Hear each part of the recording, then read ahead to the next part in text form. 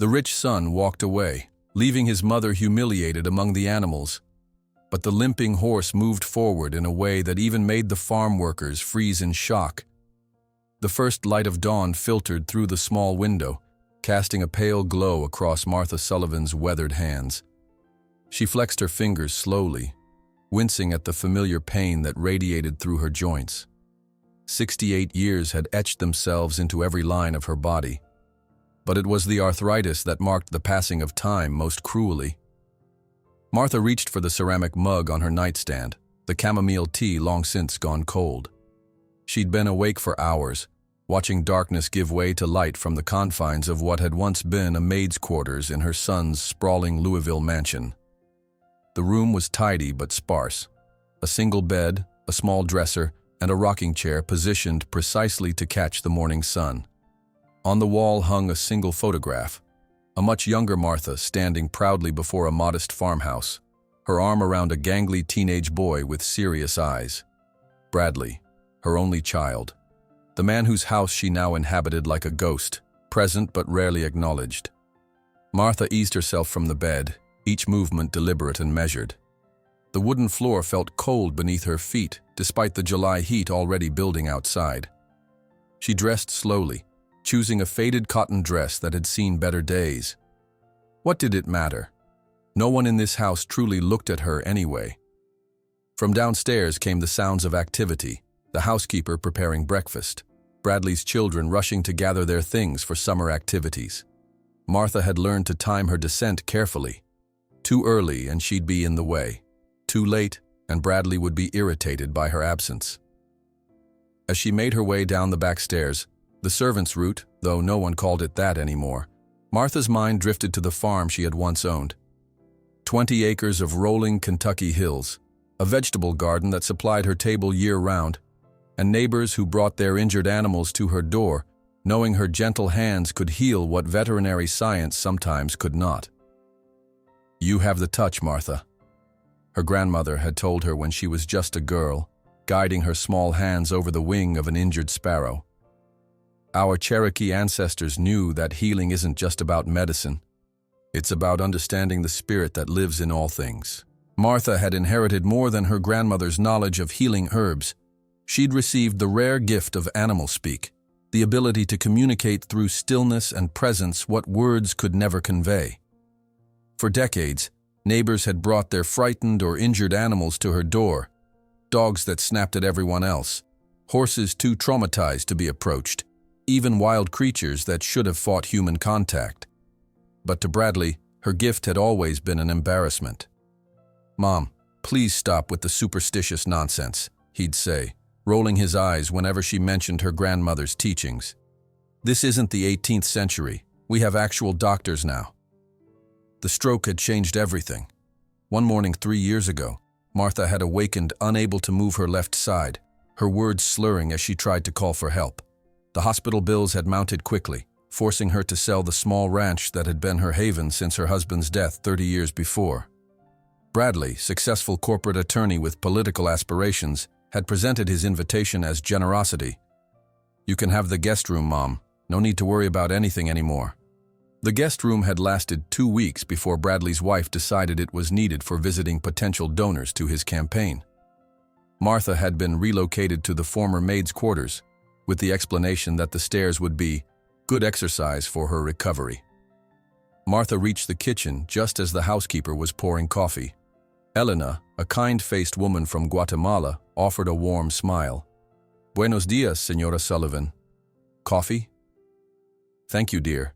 Has Bradley come down yet?" Elena shook her head. "Still in his study. Big party today. Many important people coming." Martha nodded, remembering. The barbecue. Bradley had been planning it for weeks, an informal gathering of potential donors for his congressional campaign. She'd heard him on the phone with caterers, florists, even a string quartet. "Remember, Mom," he'd told her yesterday, his tone the same one he used with his children when explaining simple concepts. "It's best if you stay in the kitchen most of the time. These people are, well, they're not used to." He hadn't finished the sentence, but Martha understood. They weren't used to old women with slight limps and trembling hands. Women who didn't fit the polished image Bradley was cultivating. The day progressed with frantic activity. Martha kept to her room until Elena came to fetch her. "Senor Bradley asks for your lemonade," Elena said apologetically. "He says only you make it right." Martha smiled. Her lemonade, made with mint and honey from a recipe her mother had taught her, was the one contribution Bradley still valued. Carefully, she prepared the pitcher, her left hand less steady than she would have liked. By 4 o'clock, the backyard was filled with men in expensive summer suits and women in flowing sundresses, their laughter carrying up to Martha's window.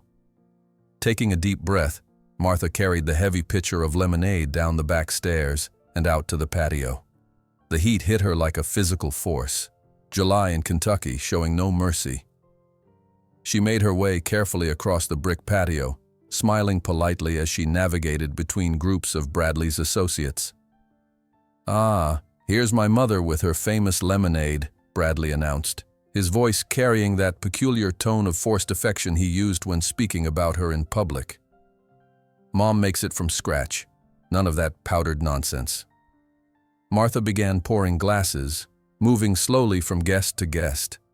Her arms ached, but she kept her smile fixed in place. She was reaching across to serve a tall man with silver hair when her left hand suddenly trembled violently. Iced lemonade splashed across the man's tailored linen suit. "I'm so sorry," Martha gasped, fumbling for a napkin. The man stepped back, brushing ineffectually at the spreading stain. Bradley materialized instantly, his face a mask of solicitous concern that didn't reach his eyes. "Oh dear, Mom's having one of her episodes," he said, loud enough for nearby guests to hear. "The doctors say it's to be expected at her age." He took the pitcher from Martha's hands, passing it to a waiting server. Then, with his hand firmly on her elbow, he guided her a few steps away, still smiling for the benefit of watching guests. "Mother is getting a bit senile," he explained to the group, his voice dripping with practiced patience. "Perhaps it's time we looked into that clinic in Phoenix. Isn't that right, Mom?" Polite laughter rippled through the group. Martha stood frozen, humiliation burning through her more intensely than the summer heat. Bradley patted her arm and turned back to his guests, effectively dismissing her. Fighting tears, Martha pulled away and walked as quickly as her unsteady legs would carry her, away from the laughter, away from her son's betrayal. She found herself following a small gravel path that wound through Bradley's manicured garden toward the far edge of the property. She'd rarely ventured this far from the house, having little reason to explore the expansive grounds that were maintained by a professional landscaping service. The path curved around a decorative pond and continued through a small copse of oak trees. Beyond, Martha could see an ornate wrought iron fence marking the boundary of Bradley's estate. She was about to turn back when a sound caught her attention, a powerful, restless snort that she immediately recognized as equine. Martha realized she must have reached the edge of the property that bordered Walton Stables, the prestigious horse breeding operation owned by Richard Walton, Texas oil magnate turned thoroughbred enthusiast. Bradley had mentioned the famous neighbor during dinner parties, always with a mixture of envy and ambition in his voice. Through the trees, Martha could see part of the stable complex, gleaming white buildings with green trim, immaculately maintained paddocks, and what appeared to be a state-of-the-art training track in the distance. Sunday afternoon meant minimal staff. The place seemed unusually quiet except for that distinctive, agitated snorting. Martha followed the sound, her humiliation temporarily forgotten. She found a small gate in the fence, partially hidden by ornamental shrubs. To her surprise, it wasn't locked. Later she would learn that the passage was occasionally used by staff moving between the properties, though rarely on weekends. Without really intending to trespass, Martha found herself on the other side of the fence, drawn by the increasingly distressed sounds coming from a barn set apart from the main stable complex. As she approached, she noticed a man watching from a distance, middle-aged, with the weathered complexion of someone who spent his life outdoors. He seemed tense, his attention fixed on the isolated barn. Martha approached him cautiously. "Is something wrong with that horse?" The man turned, surprise registering on his face at the sight of the elderly woman. "Señora, You should not be here. Es peligroso. Dangerous. That horse. He gestured toward the barn with a mixture of frustration and respect. Thunder. Very valuable. Very dangerous now. Thunder, Martha repeated. See, before, champion of Kentucky Derby. Now. The man made a slashing motion across his throat. After accident, he attack anyone who come close, especially men with... He mimicked holding a riding crop. Mr. Walton will sell him soon. Or worse. Martha nodded, understanding immediately. She'd seen it countless times. Animals traumatized by human cruelty, their trust shattered. May I see him? The man, Miguel Ramirez, she would later learn, looked alarmed. No, señora. He kicked through Woodstall last month. Send 2 handlers to hospital. But Martha was already moving toward the barn, drawn by something she couldn't quite explain.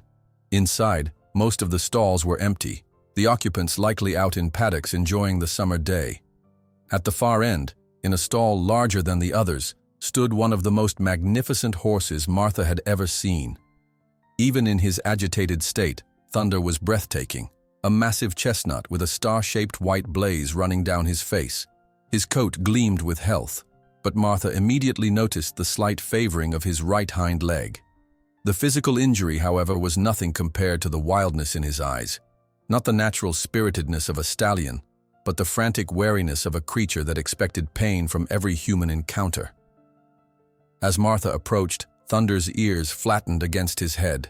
He backed up as far as the stall would allow, nostrils flaring. Señora, please, not safe, Miguel called from the barn entrance, not daring to come closer. Martha stopped a respectful distance from the stall door. She made no attempt to reach toward the horse or even to speak at first. Instead, she simply stood there, her body language open and calm, despite her still racing heart from the encounter at the barbecue.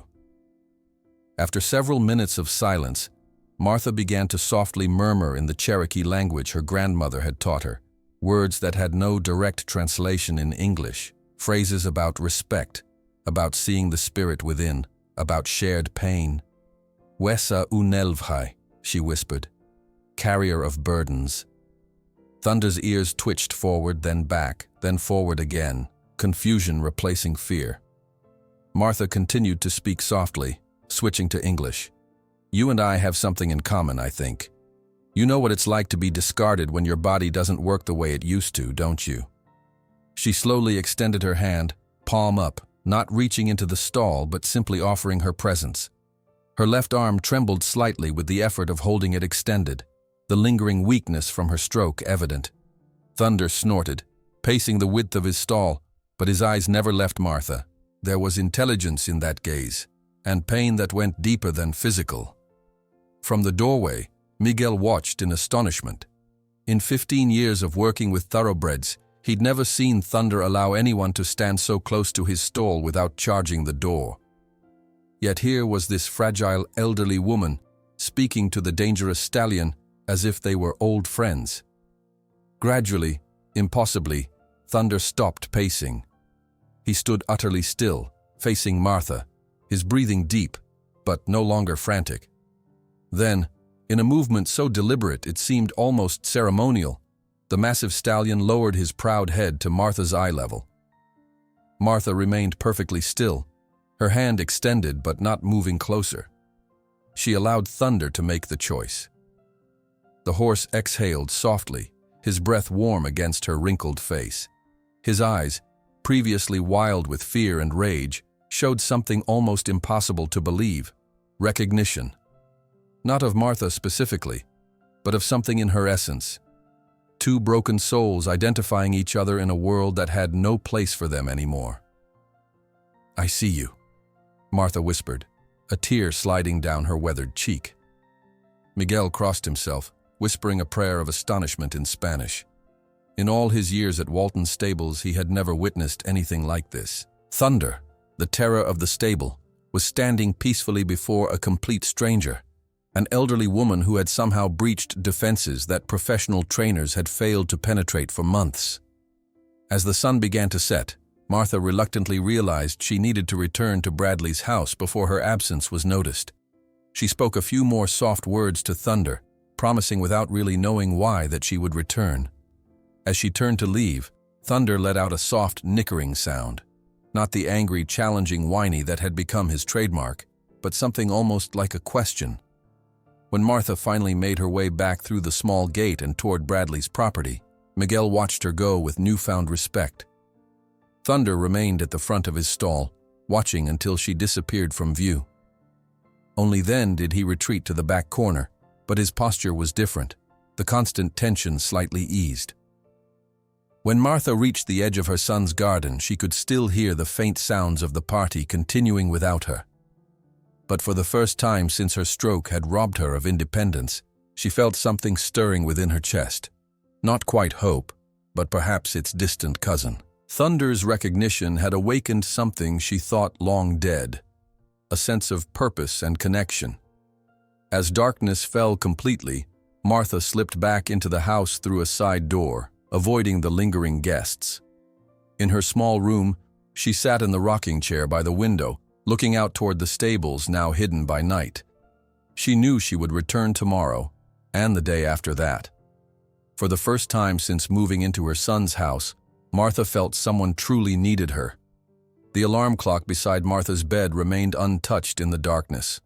For the third night in a row, she had barely slept, her mind constantly returning to the magnificent chestnut stallion with haunted eyes. She rose quietly at 4:30, her joints protesting as she slipped on her worn cardigan. The house was silent, Bradley and his family lost in privileged slumber behind their closed doors. Martha moved cautiously down the back stairs, avoiding the third step that always creaked. Elena wouldn't arrive for another 2 hours, and Bradley never emerged before 7. These pre-dawn moments belonged to her alone, a small freedom reclaimed from a life that had become increasingly constrained. The kitchen was bathed in blue shadows as Martha cut an apple into small, even pieces, tucking them into her apron pocket. She slipped out the side door, the humid July air already heavy despite the early hour. Dew soaked the hem of her dress as she crossed the expansive lawn toward the small gate she had discovered days before. Her heart quickened as she approached the wrought iron fence. Would the gate still be unlocked? Had anyone noticed her previous visit? Martha exhaled with relief when the latch lifted easily. The metal hinges offered a small protest, but opened onto the neighboring property. Dawn was just beginning to streak the eastern sky as Martha made her way toward the isolated barn. The main stable complex remained dark and quiet, but as she drew closer to Thunder's separate enclosure, she noticed a solitary figure waiting. Miguel, the stable hand who had witnessed her remarkable encounter with the troubled stallion. "Buenos dias, señora," he said softly, tipping his weathered cap. "I thought you might return." Martha felt a moment of apprehension. "I hope I'm not trespassing. I just wanted to—" Miguel's raised hand gently interrupted her explanation. "The side door is unlocked. I made sure." His dark eyes crinkled with understanding. "Some things are more important than rules, no?" Martha smiled, genuine gratitude warming her chest. "Thank you." Inside the barn, weak dawn light filtered through dusty windows, painting golden rectangles on the concrete floor. Thunder was already alert, standing at the front of his stall, ears pricked forward as if he had been waiting. When he caught sight of Martha, his nostrils flared slightly, taking in her scent. "Good morning, handsome," Martha said softly, maintaining a respectful distance. She moved slowly to a small wooden stool that hadn't been there before. Miguel's thoughtfulness again. "I brought you something." From her pocket she withdrew a piece of apple, holding it flat on her palm, but not extending her arm into the stall. Thunder regarded the offering with suspicion, then curiosity. After a long moment he stretched his neck cautiously, velvety lips delicately plucking the fruit from her hand without making contact with her skin. "That's right," Martha murmured. "No need to rush. We have time." For nearly an hour, Martha simply sat near the stall, occasionally offering apple pieces, but mostly talking in a low, even voice about inconsequential things: the weather, the birds she had spotted on her walk, the flowers blooming along Bradley's garden paths. Thunder remained unusually calm. his attention fixed on her as if understanding every word. "You know, I had a small ranch once," Martha said, her voice taking on a wistful quality. She withdrew a slightly crumpled photograph from her pocket, the same one that hung in her room. "This was my home for over 40 years. Nothing fancy like Mr. Walton's place, but it was mine." She held up the photo. Thunder extended his neck, blowing softly at the image. "After my husband died, I raised Bradley there by myself, grew vegetables, kept chickens, even had a couple of goats." Martha's laugh held a hint of sadness. "The neighbors thought I was odd, the half-Cherokee widow who talked to animals and made medicines from plants. But they still brought me their sick creatures." Thunder nickered softly, a sound Miguel later told her he hadn't made since before his accident. "I belonged there," Martha continued, tucking the photo away. "Had my own schedule, my own ways. Now I live by Bradley's rules, eat when his family eats, speak when spoken to." She sighed. "We both know what it's like to lose freedom, don't we?" The stallion shifted, moving closer to the stall door. Martha remained still, allowing him to decide how near he wanted to be. His eyes, intelligent and evaluating, seemed to look straight through her practiced smile to the loneliness beneath. "My abuela also spoke to horses," a voice said quietly. Martha turned to find Miguel standing a respectful distance away, a steaming mug in his hand. He approached slowly, careful not to make sudden movements that might startle Thunder. "Coffee, señora. Morning is cold, even in summer." He offered the mug, then gestured toward Thunder. "He is different with you. Calmer." "Thank you," Martha said, accepting the warm mug gratefully. "Your grandmother had a gift then?" Miguel nodded, leaning carefully against the opposite wall. "She said some humans have half-horse souls, and some horses have half-human souls. They recognize each other."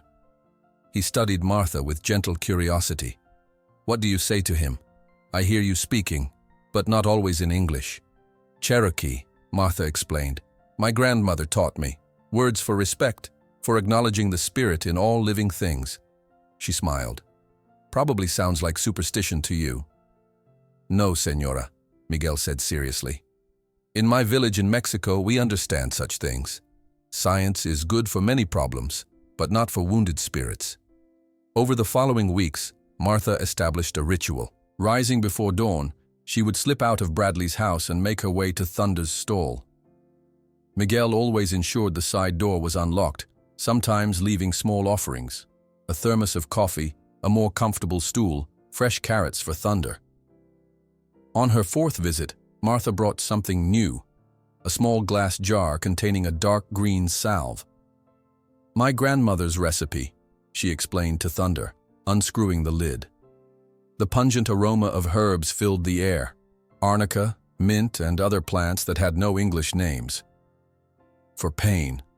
Thunder tensed, nostrils flaring at the unfamiliar scent. Martha made no move toward him. Instead, she rolled up her sleeve, revealing her own arthritic wrist, swollen and painful in the morning dampness. "See? I hurt too, especially when the weather changes."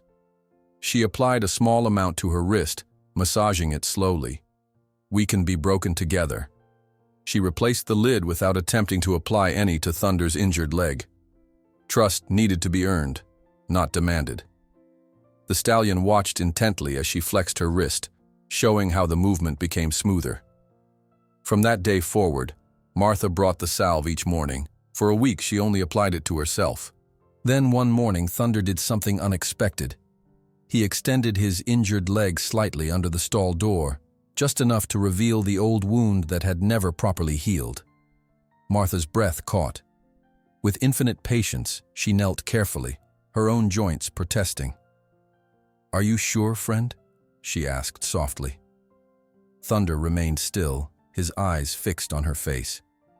Moving with deliberate slowness, Martha applied a small amount of the salve around the edges of the scar tissue, never making sudden movements, always telling Thunder exactly what she was doing.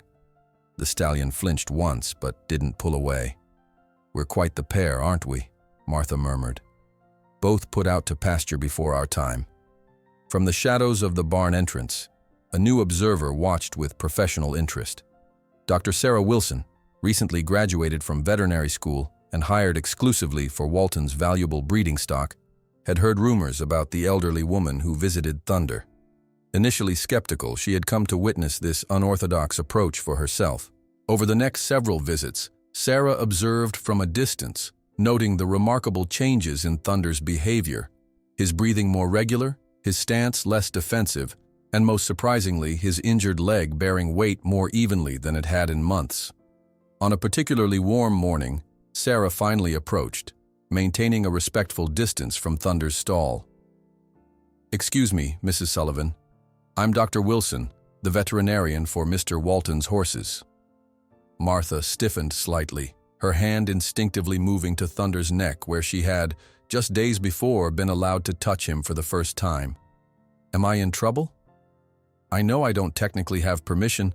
No, Sarah assured her quickly. "I've been watching for a few days. What you're doing with him, it's remarkable." She gestured toward Thunder's leg. "That herbal preparation you're using, what's in it?" Martha relaxed slightly.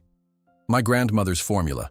Arnica for inflammation, mint for circulation, white willow bark for pain, a few other things." "Well, it's more effective than any medication we've tried," Sarah admitted, genuine admiration in her voice. "His inflammation markers were down 30% on his last blood panel. I couldn't figure out why." She studied Martha curiously. "It's like you're healing each other." Their conversation was interrupted by the unmistakable rumble of thunder. A summer storm was moving in quickly, dark clouds building on the horizon. Martha frowned, knowing Thunder's name was cruelly apt. Electrical storms triggered his worst panic episodes, a traumatic association with the thunderstorm that had occurred during his devastating accident. "I should go," Martha said, gathering her things. "He gets nervous during storms." "That's an understatement," Sarah replied grimly. "Last time he nearly broke through the reinforced stall door. We usually sedate him, but I hate doing it." Martha hesitated, looking up at the darkening sky. "May I stay with him?" Sometimes presence helps more than medication." Sarah looked doubtful but nodded. "I'll be in the main barn if you need me, but please be careful. He's unpredictable during storms." The first lightning flash came just minutes after Sarah left. Thunder immediately tensed, his eyes rolling white with fear. The following thunderclap sent him pressing against the back wall of his stall, nostrils flared, sweat breaking out across his gleaming coat. "It's all right," Martha soothed, maintaining her position on the stool. "Just sound and light. It can't hurt you." Another lightning strike, closer this time. Thunder reared suddenly, front hooves pawing the air. Martha's heart raced, but she forced herself to remain calm, continuing to speak in an even voice. Rain began to pound the barn roof, a deafening percussion that further agitated the terrified horse. Martha stood slowly, preparing to back away if necessary, when suddenly the world tilted sideways. A wave of dizziness, the kind that occasionally plagued her since the stroke, washed over her. She reached for support but found only air, her balance deserting her completely. As she stumbled, something extraordinary happened. Instead of retreating in panic, Thunder moved forward, positioning his massive body against the stall door. Martha found herself leaning against his solid presence, her hand gripping the wooden door for support as the vertigo gradually subsided. For long minutes, they remained like that. Martha steadying herself against Thunder's strength, the stallion standing uncharacteristically still despite the continuing storm. When she finally regained her equilibrium, Martha realized that Thunder's attention was no longer on the storm but on her, his ears forward, eyes focused with unmistakable concern. "He's protecting you." Miguel's astonished voice came from the barn entrance, where he stood watching with rain dripping from his hat brim. "I have never seen anything like this in 40 years working with horses." The storm continued to rage outside, but inside the barn something profound had shifted. Thunder, whose trauma had made him dangerous and unpredictable, had chosen to protect rather than flee. Martha, whose frailty had made her dependent on others, had provided comfort through her own vulnerability. For the remainder of the storm, Martha sat close to Thunder's stall, occasionally touching his velvet muzzle as he kept watch over her. By the time the last rumbles faded into the distance, the bond between them had transformed into something neither Miguel nor Sarah could fully explain. "What is going on here?" The sharp voice of Richard Walton, the magnate owner of the stables, echoed through the barn as he observed with suspicion the unfamiliar elderly woman touching his valuable but problematic horse, his expression hardening when Miguel tried to explain. "Senor Walton, the Senora Sullivan has a special gift." Richard Walton's polished Italian leather shoes clicked sharply against the concrete floor as he strode down the barn aisle, his tailored suit incongruous among the hay and horse scent. His face, tanned from golf courses rather than honest labor, was set in lines of displeasure. "What is going on here?" he demanded, his Texas drawl elongating each syllable into an accusation. Martha's hand froze on Thunder's neck, the contact they had so painstakingly established, now threatened by this intrusion. Thunder's muscles tensed beneath her fingers, his ears flattening slightly at the unfamiliar male voice. Miguel stepped forward, his weathered hat in his hands. "Senor Walton, the Senora Sullivan has a special gift. She has been helping Thunder with his... I don't recall authorizing civilians in my private training facility," Walton interrupted, his gaze shifting to Martha with the calculating assessment of a man who viewed everything in terms of value and ownership. "This animal is worth more than $500,000, ma'am. He's not a petting zoo attraction." Martha withdrew her hand slowly from Thunder's neck, careful not to make any sudden movements that might startle the now alert stallion. She straightened as much as her arthritic spine would allow, meeting Walton's gaze with quiet dignity. "I apologize for the intrusion, Mr. Walton. I had no intention of—" "She's been helping him, sir," Sarah interjected, stepping forward with her veterinary clipboard clutched to her chest. "Thunder's inflammation markers are down significantly, and his stress behaviors have decreased by almost 40% since Mrs. Sullivan began visiting." Walton's eyebrows rose slightly, his attention shifting from perceived trespasser to potential asset with the swift calculation of a businessman. "Is that so?" He studied Martha more carefully now, noting her worn clothes and weathered hands. "You have formal experience with equine therapy, Mrs. Sullivan?" Martha shook her head. "Not formal, no. My grandmother was Cherokee. She taught me about healing herbs and how to speak to animals that carry pain." A dismissive look flashed across Walton's face before he could mask it. "Native remedies, then. Folk medicine." "Call it what you like," Martha replied evenly, her voice quiet but firm. "But your horse is standing calmly while 3 humans talk nearby. When was the last time that happened?" Walton glanced at Thunder, who remained unusually composed despite the unfamiliar presence. The stallion's eyes remained fixed on Martha, as though anchoring himself to her calm energy amid the tension.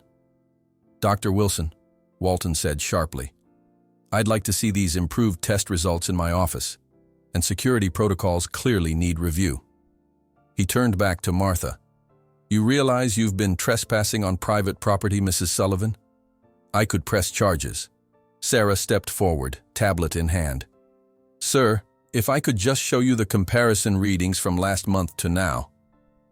Walton held up his hand, silencing her as he examined the data. His expression shifted subtly, the shrewd businessman recognizing potential value where moments before he had seen only an intrusion. He studied Martha again, his calculation almost visible. "Tell me exactly what you've been doing with him," he demanded, his tone marginally less hostile. "Just talking, listening, showing him I understand his pain because I have my own." Martha gestured to her arthritic hands. "And a salve my grandmother taught me to make, for inflammation." "Herbal remedies," Walton murmured, his tone somewhere between skepticism and curiosity. He was silent for a long moment, weighing options only he could see. "Mrs. Sullivan, let's discuss this in my office. Miguel, ensure our guest finds her way to the main building in 15 minutes." Without waiting for a response, Walton turned and strode away, Sarah hurrying after him with her data. The sudden quiet in the barn felt like the aftermath of a storm. Thunder blew softly through his nostrils, nudging Martha's shoulder gently as if sensing her distress.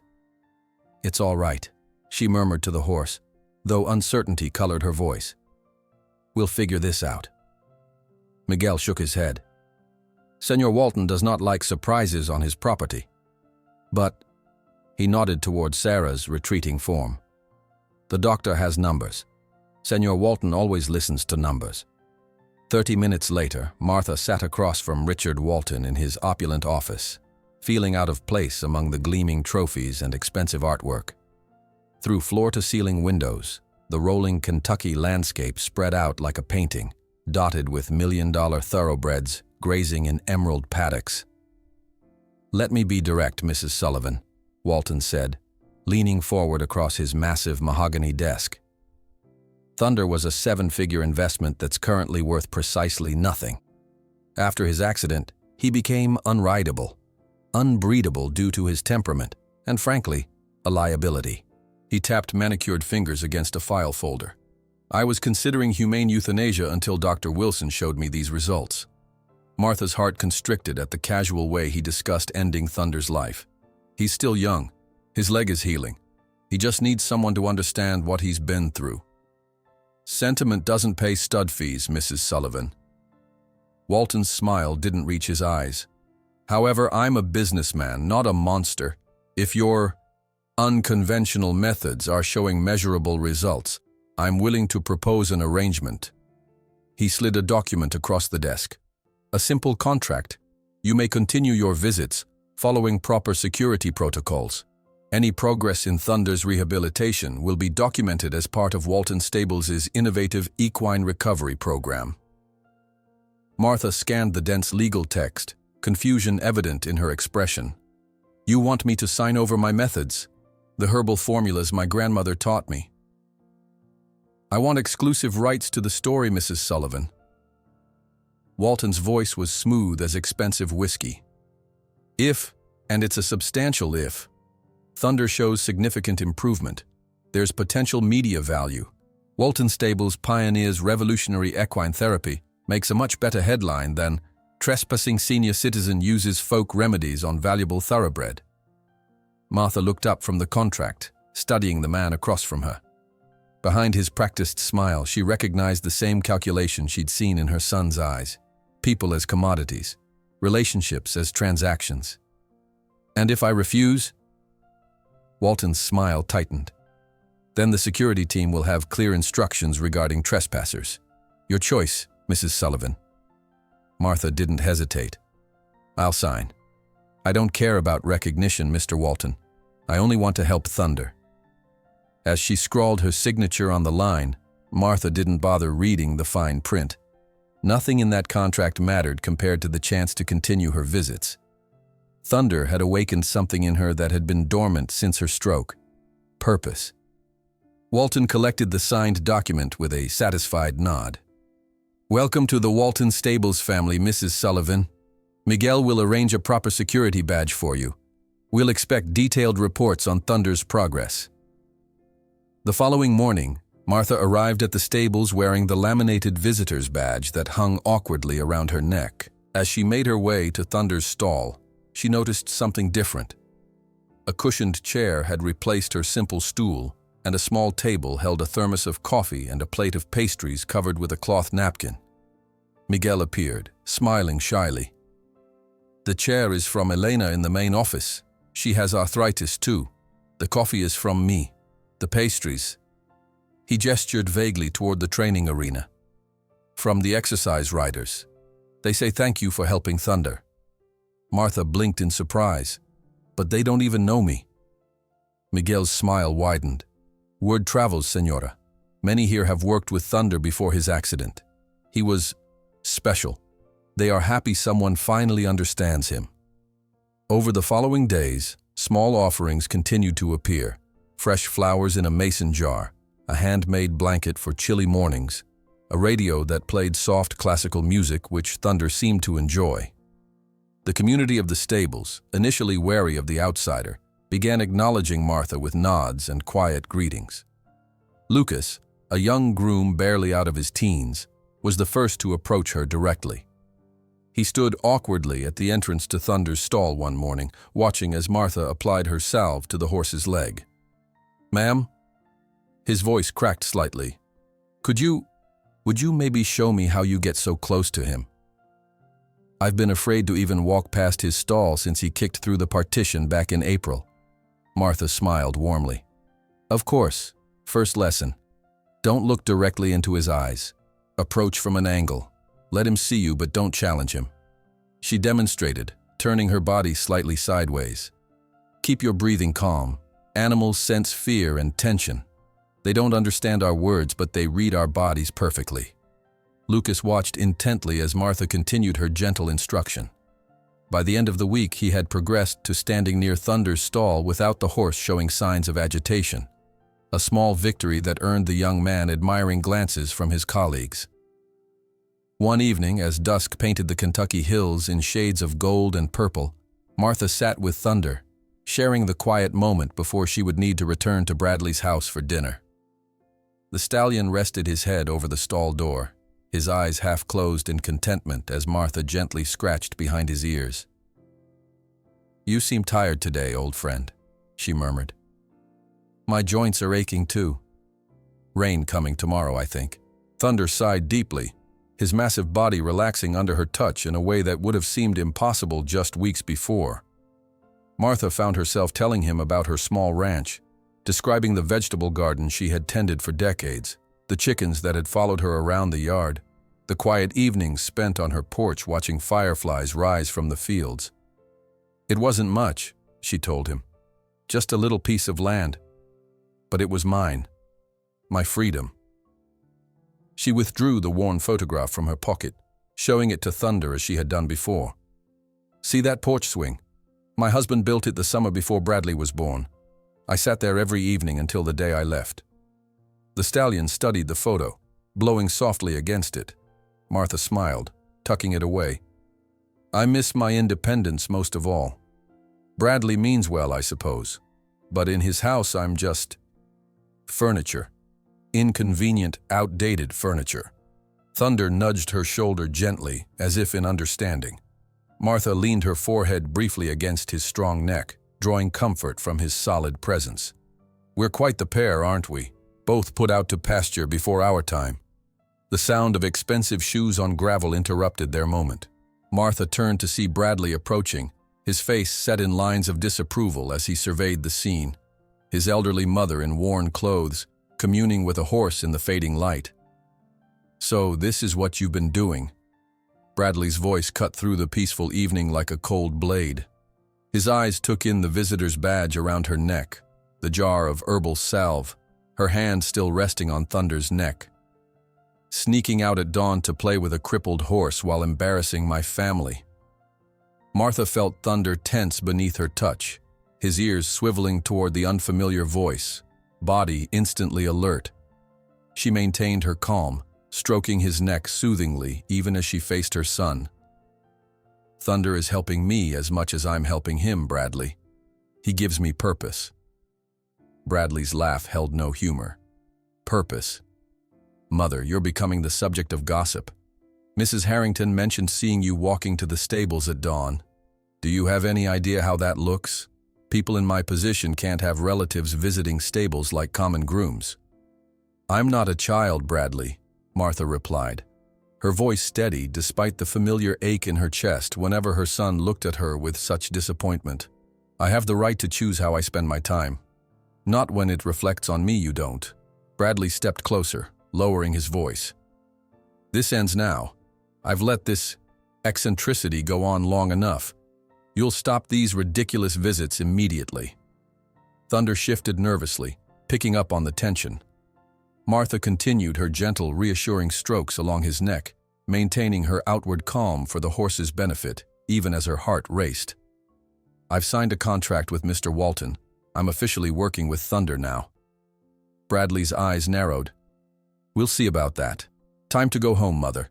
We need to have a serious conversation about your living arrangements." As Martha reluctantly gathered her things, she whispered reassurances to Thunder, promising to return despite the uncertainty constricting her chest. The stallion watched her departure with alert eyes, his posture tense as Bradley guided his mother away with a firm hand on her elbow. "Then it is decided," Bradley announced coldly during dinner that evening, not bothering to lower his voice despite the presence of his teenage children at the table. "The residential care facility in Phoenix has an opening next week. It's for your own good, Mother. You're clearly not thinking rationally anymore."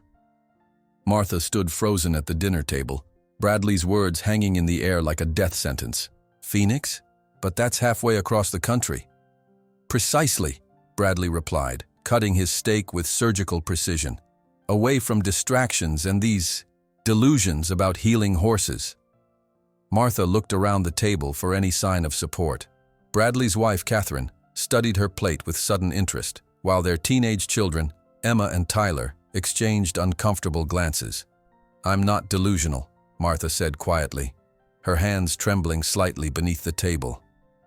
"Thunder responds to me because we understand each other." Bradley placed his cutlery down with deliberate calm. "Mother, you're sneaking out before dawn to visit a dangerous animal that's already hospitalized 3 handlers. If that's not concerning behavior, I don't know what is." The next morning, Martha discovered her small canvas bag of herbal remedies missing from its place on her dresser. When she asked Elena about it, the housekeeper avoided her eyes. "Senor Bradley took some things from your room early this morning. He said it was for your safety." By afternoon, Martha noticed her arthritis medication had also disappeared. When she confronted her son in his home office, he barely looked up from his computer. "Your pills will be administered by Catherine from now on," he informed her. 3 times daily as prescribed, no more, no less." "I've managed my own medication for 68 years, Martha protested. "And now you're exhibiting concerning behaviors that require intervention," Bradley countered smoothly. "This is temporary, until arrangements in Phoenix are finalized." The following day brought another loss. Martha's small adapted car, which she had rarely used since moving in with Bradley but had maintained as a symbol of independence, was gone from its space in the garage. "Sold it," Bradley explained over breakfast, scrolling through emails on his phone. "You haven't driven in months and the insurance was expensive. The Phoenix facility has transportation services." Martha felt the walls closing in. Each small freedom, each remnant of her independent life, systematically stripped away. That night, she lay awake, staring at the ceiling, remembering Thunder's eyes, how they reflected the same trapped desperation she now felt. Meanwhile, across the ornate fence dividing the properties, another conversation was taking place in Richard Walton's opulent office. The oil magnate leaned back in his Italian leather chair, cell phone pressed to his ear, his expression brightening with each passing moment. 500,000 for a horse with a permanent injury? Walton's Texas drawl stretched into a pleased drawl. "Well now, Sheikh Abdullah, you've certainly piqued my interest." Sarah Wilson stood awkwardly by the door, summoned but now seemingly forgotten, as Walton discussed Thunder as though he were merely a commodity. Her clipboard clutched to her chest contained the latest progress reports, charts showing steady improvement in the stallion's inflammation markers, stress hormone levels, and weight distribution. "Yes, the temperament issues are showing improvement," Walton continued smoothly. "Our innovative rehabilitation program has made significant breakthroughs. I believe with proper handling, he could still be valuable for your breeding program." When Walton finally ended the call, his face was flushed with the unmistakable excitement of a profitable deal on the horizon. "Dubai," he announced, as if Sarah had asked. "Sheikh Abdullah's breeding operation. They're interested in Thunder's bloodline, injury or not." "Sir," Sarah began carefully, "Thunder's progress is directly linked to Mrs. Sullivan's daily visits. A sudden separation could trigger a complete regression."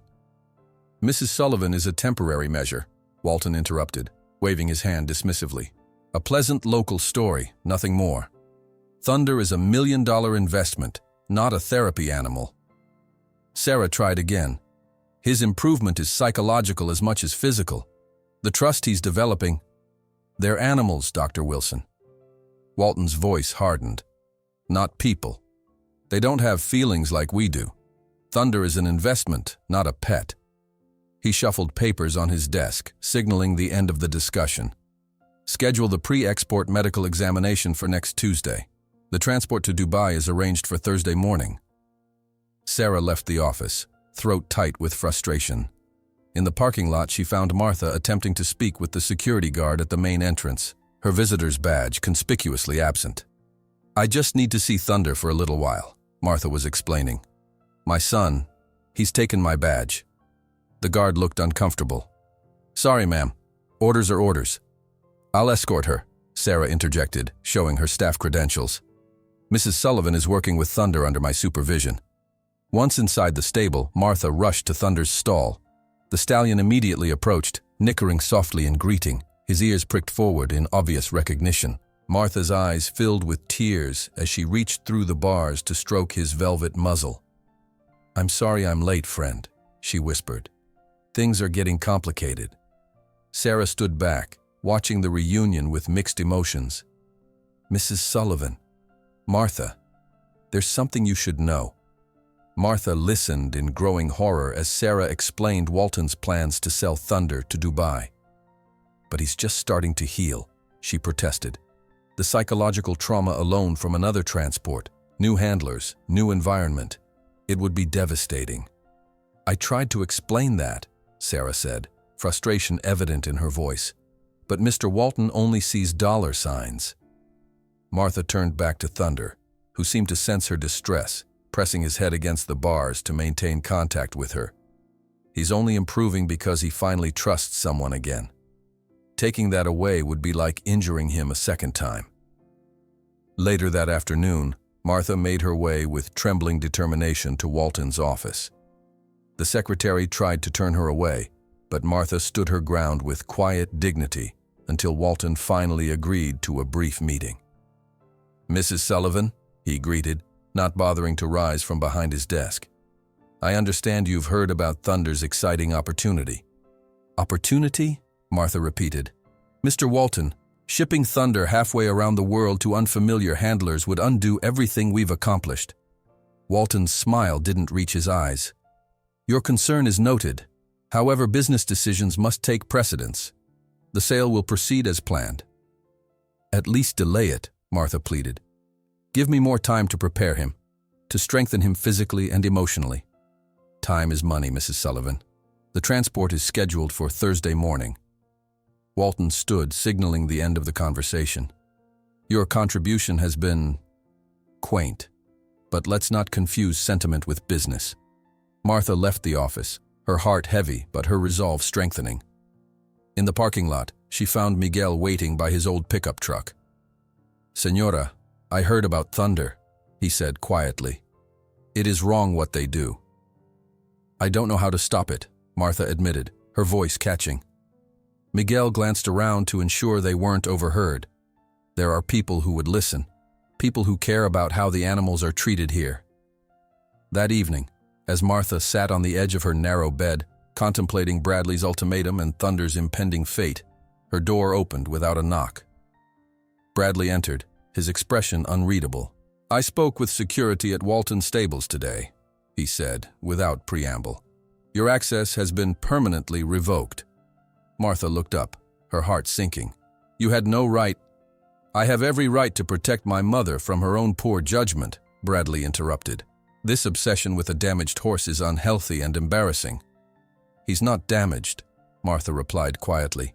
"He's healing, as I was, until you decided I was an inconvenience to your political ambitions." Bradley's jaw tightened. "The Phoenix facility has an excellent reputation. You'll have proper care there." "What I need is my independence," Martha said, her voice stronger than it had been in months. "And what Thunder needs is consistency and compassion, not to be shipped off to Dubai like merchandise." Bradley's eyebrows rose. "Dubai? So Walton's selling the beast? Good business decision. Animals with that level of behavioral issues are liabilities." The parallel between Thunder's situation and her own struck Martha with painful clarity. Both deemed inconvenient, both to be shipped away against their will, both valued only for what others could gain from them. Meanwhile, Sarah Wilson sat in her small apartment, staring at her computer screen. The files she had been compiling for months, documentation of questionable practices at Walton Stables, glowed accusingly in the dim light. Excessive medication to mask injuries during competitions, exercise regimens that pushed horses beyond safe limits, falsified veterinary records to maintain insurance coverage. Her finger hovered over the email button. The recipient, Claire Matthews, investigative reporter for the Louisville Courier-Journal, known for her exposés on animal welfare issues. Sending these documents would likely end Sarah's career at Walton Stables, perhaps in high-level equine medicine altogether. But the thought of Thunder, finally beginning to heal, being shipped off to endure more trauma, made her decision clear. "For Thunder," she whispered, pressing send. Across town, Miguel Ramirez was hosting an unusual gathering in his modest living room. A dozen Latino stable workers from various horse farms around Louisville sat in tense silence as he explained the situation. "The Señora Sullivan, she has helped many of our families over the years," Miguel reminded them. "When Javier's son had pneumonia and no insurance, she made the medicine that saved him. When Lucia's daughter needed college recommendation letters, she wrote them." Heads nodded around the room. One by one, they shared stories of Martha's quiet acts of kindness over the decades, herbal remedies provided without charge, translation help with official documents, small loans never requested back. "Now she needs us," Miguel concluded. "The horse needs us. The question is, what can we do against men with so much money and power?" "My cousin works for Channel 7 News," offered Elena, Martha's housekeeper. "Maybe this is a story people should hear." The next morning, Bradley found Martha attempting to call a taxi from the kitchen phone. "Going somewhere?" he asked, suspicion evident in his tone. "To see Thunder," Martha replied simply. "One last time before he's shipped away." Bradley's face hardened as he took the phone from her hand. "That's not happening. I've arranged for Dr. Stevenson to visit this afternoon. He'll evaluate your mental state for the Phoenix facility." "You're having me declared incompetent?" Martha's voice barely rose above a whisper, the betrayal too profound for shouting. "It's for your own protection," Bradley insisted, not meeting her eyes. "This fixation on the horse proves you're not thinking clearly." Later that day, Martha sat in Bradley's study, enduring Dr. Stevenson's patronizing questions, while her son watched from behind his desk. The doctor's condescending tone made it clear the evaluation's outcome had been predetermined. "And these herbs you believe can heal a horse's injuries," Stevenson said, making notes without looking up. "Are they the same ones your Cherokee grandmother taught you about?" "The same ones that treated your son's eczema 10 years ago," Martha replied evenly, "when your prescribed creams weren't working." The doctor looked up sharply, then quickly resumed writing. "Memory fragments and confusion are common at your age, Mrs. Sullivan." Through the window, Martha noticed unusual activity at the estate's front gate, a small group of people gathering, some holding what appeared to be signs. Bradley noticed too, his phone buzzing with alerts. "What the hell?" he muttered, looking at his screen. He stood abruptly. "Excuse me, I need to handle something." As the front door slammed behind Bradley, Martha could hear raised voices. Dr. Stevenson, visibly uncomfortable, packed his evaluation forms. "Perhaps we should continue this another time." When the doctor left, Martha made her way carefully to the front window. What she saw made her breath catch. At least 20 people had gathered outside the gate, many holding hand-painted signs. "Let Martha see Thunder and respect our elders." Miguel stood at the center of the group along with several stable hands she recognized. Elena was there too, speaking animatedly to a woman with a press badge. Most surprisingly, Sarah Wilson stood slightly apart, clutching a folder of documents and speaking into a news camera. As Martha watched in astonishment, more vehicles arrived, pickup trucks and sedans bearing neighbors from her old community, people she had helped over the decades. An elderly man in a wheelchair held a sign reading, "Martha healed my service dog when no one else could." While Bradley attempted to disperse the gathering, threatening legal action, a sleek news van pulled up. Martha recognized the reporter stepping out, Claire Matthews, whose investigative reporting had exposed several cases of elder abuse in high-profile families. "Mr. Sullivan," Claire called, microphone extended as her cameraman filmed, "we're doing a story on caregivers forcing elderly relatives into institutions against their will. Would you care to comment?" As Walton signed the documents finalizing Thunder's sale to Dubai, his phone rang insistently. It was his public relations manager in a panic. "Mr. Walton, we have a problem. There's a crowd forming at the gates of the Haras with signs, and local TV cameras are arriving." The crowd outside the gates of Walton's stables grew steadily as the morning sun climbed higher in the Kentucky sky. What had begun as a small gathering, Miguel and a handful of stable workers, a few of Martha's former neighbors, had swelled to over 50 people by 10 o'clock. Hand-painted signs bobbed above the crowd. "Let Martha heal Thunder. Respect our elders. Horses before profit." Richard Walton stood at his office window, telephone pressed to his ear, watching the scene unfold with mounting irritation. "I don't care what it takes," he barked into the receiver. "Get security to move them off my property line, and find out who tipped off the press." 3 news vans had arrived within the past hour, their satellite dishes extended like curious periscopes. Walton recognized the Channel 7 logo and, more concerning, the distinctive van of the Louisville Courier-Journal. Claire Matthews was already conducting interviews at the edge of the crowd, her cameraman capturing every emotional testimony. "Mr. Walton," his assistant called from the doorway. "Dr. Wilson is here. She says it's urgent regarding Thunder's transport." Sarah entered without waiting for permission, her face pale but determined. "The transport team is refusing to load Thunder. He's become extremely agitated since this morning." Walton slammed his fist on the desk. "Sedate him then. We have a 7-figure sale pending." "That's just it, sir," Sarah continued, her professional demeanor barely concealing her frustration. "His stress markers are off the charts. Sedation at these levels could compromise his cardiovascular system, possibly fatally. The export veterinarian is unwilling to certify him as fit for travel under these conditions." Outside the gates, the atmosphere had taken on an almost festival-like quality despite the serious purpose. Cherokee elders from a nearby community had arrived, setting up chairs in the shade of oak trees that lined the property. They spoke quietly with reporters about traditional healing practices and the significance of the horse in their cultural traditions. "Martha Sullivan carries our ancestral knowledge," explained Joseph Running Bear, a tribal elder whose weathered face conveyed both dignity and determination. "Her connection with this horse represents something sacred that these men of business cannot understand." Military veterans, many of whom Martha had helped with homemade remedies for PTSD and chronic pain, formed a solemn line near the entrance. Their presence lent gravity to the gathering, their medals and service caps glinting in the sunlight. Claire Matthews moved efficiently through the crowd, her experienced eye identifying the most compelling stories. She paused to interview Elena, whose tears flowed freely as she described Martha's kindness.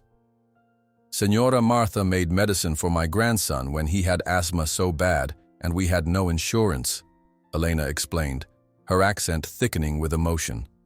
"She never asked for money, never made us feel like charity. Now her own son treats her like she is nothing." Claire's producer signaled urgently from the news van. "Bradley Sullivan just arrived," he called, "and he looks furious." Bradley's Lexus screeched to a halt at the security gate, which opened immediately to admit him.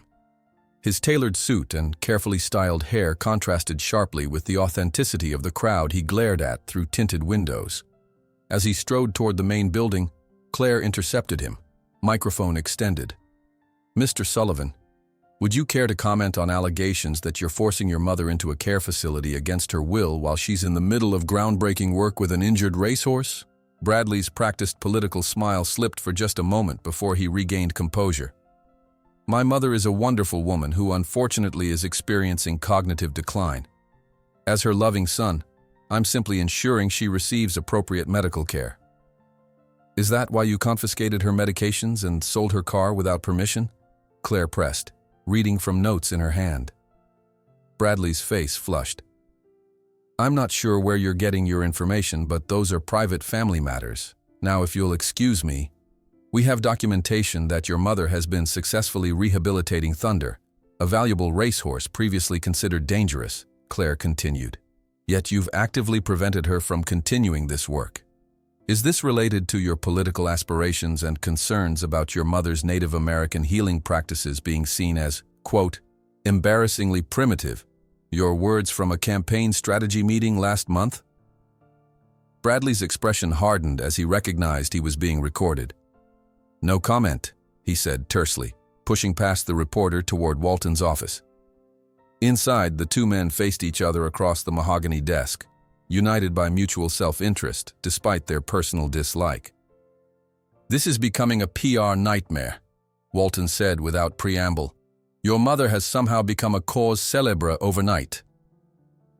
Senility can be quite convincing, Bradley replied, loosening his tie. We need to control the narrative immediately. I suggest a joint statement. My confused elderly mother wandered onto your property. You humored her harmless delusions about healing horses, but now medical professionals have determined she needs specialized care. Walton nodded slowly. And the sale of Thunder proceeds as planned. The Dubai buyers don't need to know about any of this local color. Their strategy session was interrupted by Walton's assistant. Sir, the crowd has doubled in size. The mayor's office called asking about the situation and, well, you should see this. She handed Walton a tablet displaying a live social media feed. Videos of Martha working with Thunder had been uploaded from multiple sources: security camera footage, cell phone recordings from stable hands, even Sarah's medical documentation.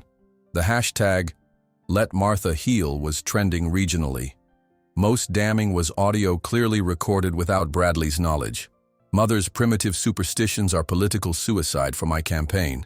The care facility in Phoenix will keep her out of sight until after the election. While the men strategized damage control, Martha sat on the edge of her bed in Bradley's house, watching the unfolding scene on the small television Elena had secretly brought to her room. Tears welled in her eyes at the sight of so many people she had helped over the years, now standing up for her when she felt most powerless. A soft knock at her door startled her. Bradley's 16-year-old daughter Emma stood awkwardly in the doorway, her phone clutched in her hand. Grandma?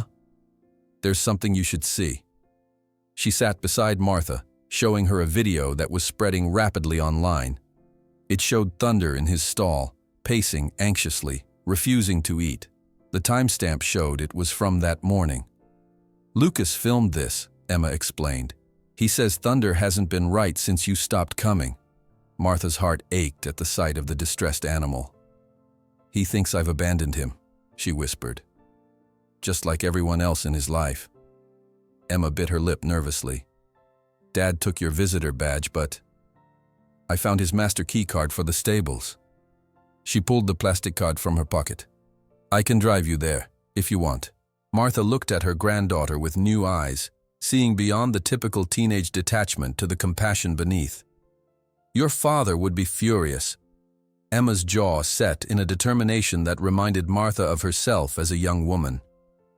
Yeah, well, maybe I'm tired of watching Dad treat you like you're stupid just because you're old. 20 minutes later, Emma's compact car approached the rear service entrance of Walton Stables, avoiding the main gates where protesters and media had gathered. Using Bradley's security credentials, they slipped inside unnoticed amid the chaos.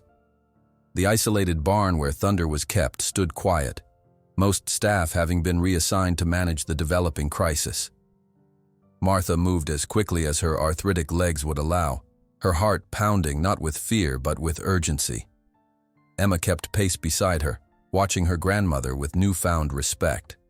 They found Thunder in a state of obvious distress, coat dull with dried sweat, eyes wide and wary. His injured leg held even more gingerly than usual. When he caught Martha's scent, his head lifted sharply, ears pricked forward in disbelief. I'm here, friend, Martha called softly, approaching his stall. I'm sorry I left you. The change in Thunder's demeanor was immediate and profound. His muscles, tight with anxiety moments before, visibly relaxed. He approached the stall door with cautious hope, as if afraid Martha might disappear again. He remembers you, Emma whispered, awestruck. Of course he does, Martha replied, reaching through the bars to touch Thunder's velvet muzzle. We speak the same language, he and I, the language of being discarded. While Martha reconnected with Thunder, applying her herbal salve to his injured leg and speaking soothingly in Cherokee, Emma kept watch at the barn entrance. Through the open door, they could hear the crowd growing louder as more people arrived. "Grandma," Emma called urgently, "someone's coming." Martha finished her ministrations with practiced efficiency, whispering promises to Thunder that this time she wouldn't disappear. As they prepared to leave, Sarah Wilson entered the barn, stopping short at the sight of them. "Mrs. Sullivan, how did you—" Her eyes fell on Emma, understanding dawning. "Never mind. You should know. Your son and Mr. Walton are preparing a statement declaring you mentally unfit." Martha's spine straightened, decades of quiet dignity crystallizing into resolution. "Then perhaps it's time they heard from me directly." "What are you going to do?" Emma asked, concern evident in her young face. Martha smiled, a flash of the strength that had sustained her through widowhood, single motherhood, and the gradual erosion of her independence. "I'm going to speak my truth, dear. Something I should have done long ago." With Emma on one side and Sarah on the other, Martha made her way toward the main gates. As they approached, Miguel spotted them, a smile breaking across his weathered face. He quickly ushered them through the crowd, which parted respectfully to create a path for the elderly woman. Claire Matthews, ever alert to developing stories, immediately approached with her cameraman. "Mrs. Sullivan, would you be willing to make a statement about your situation?"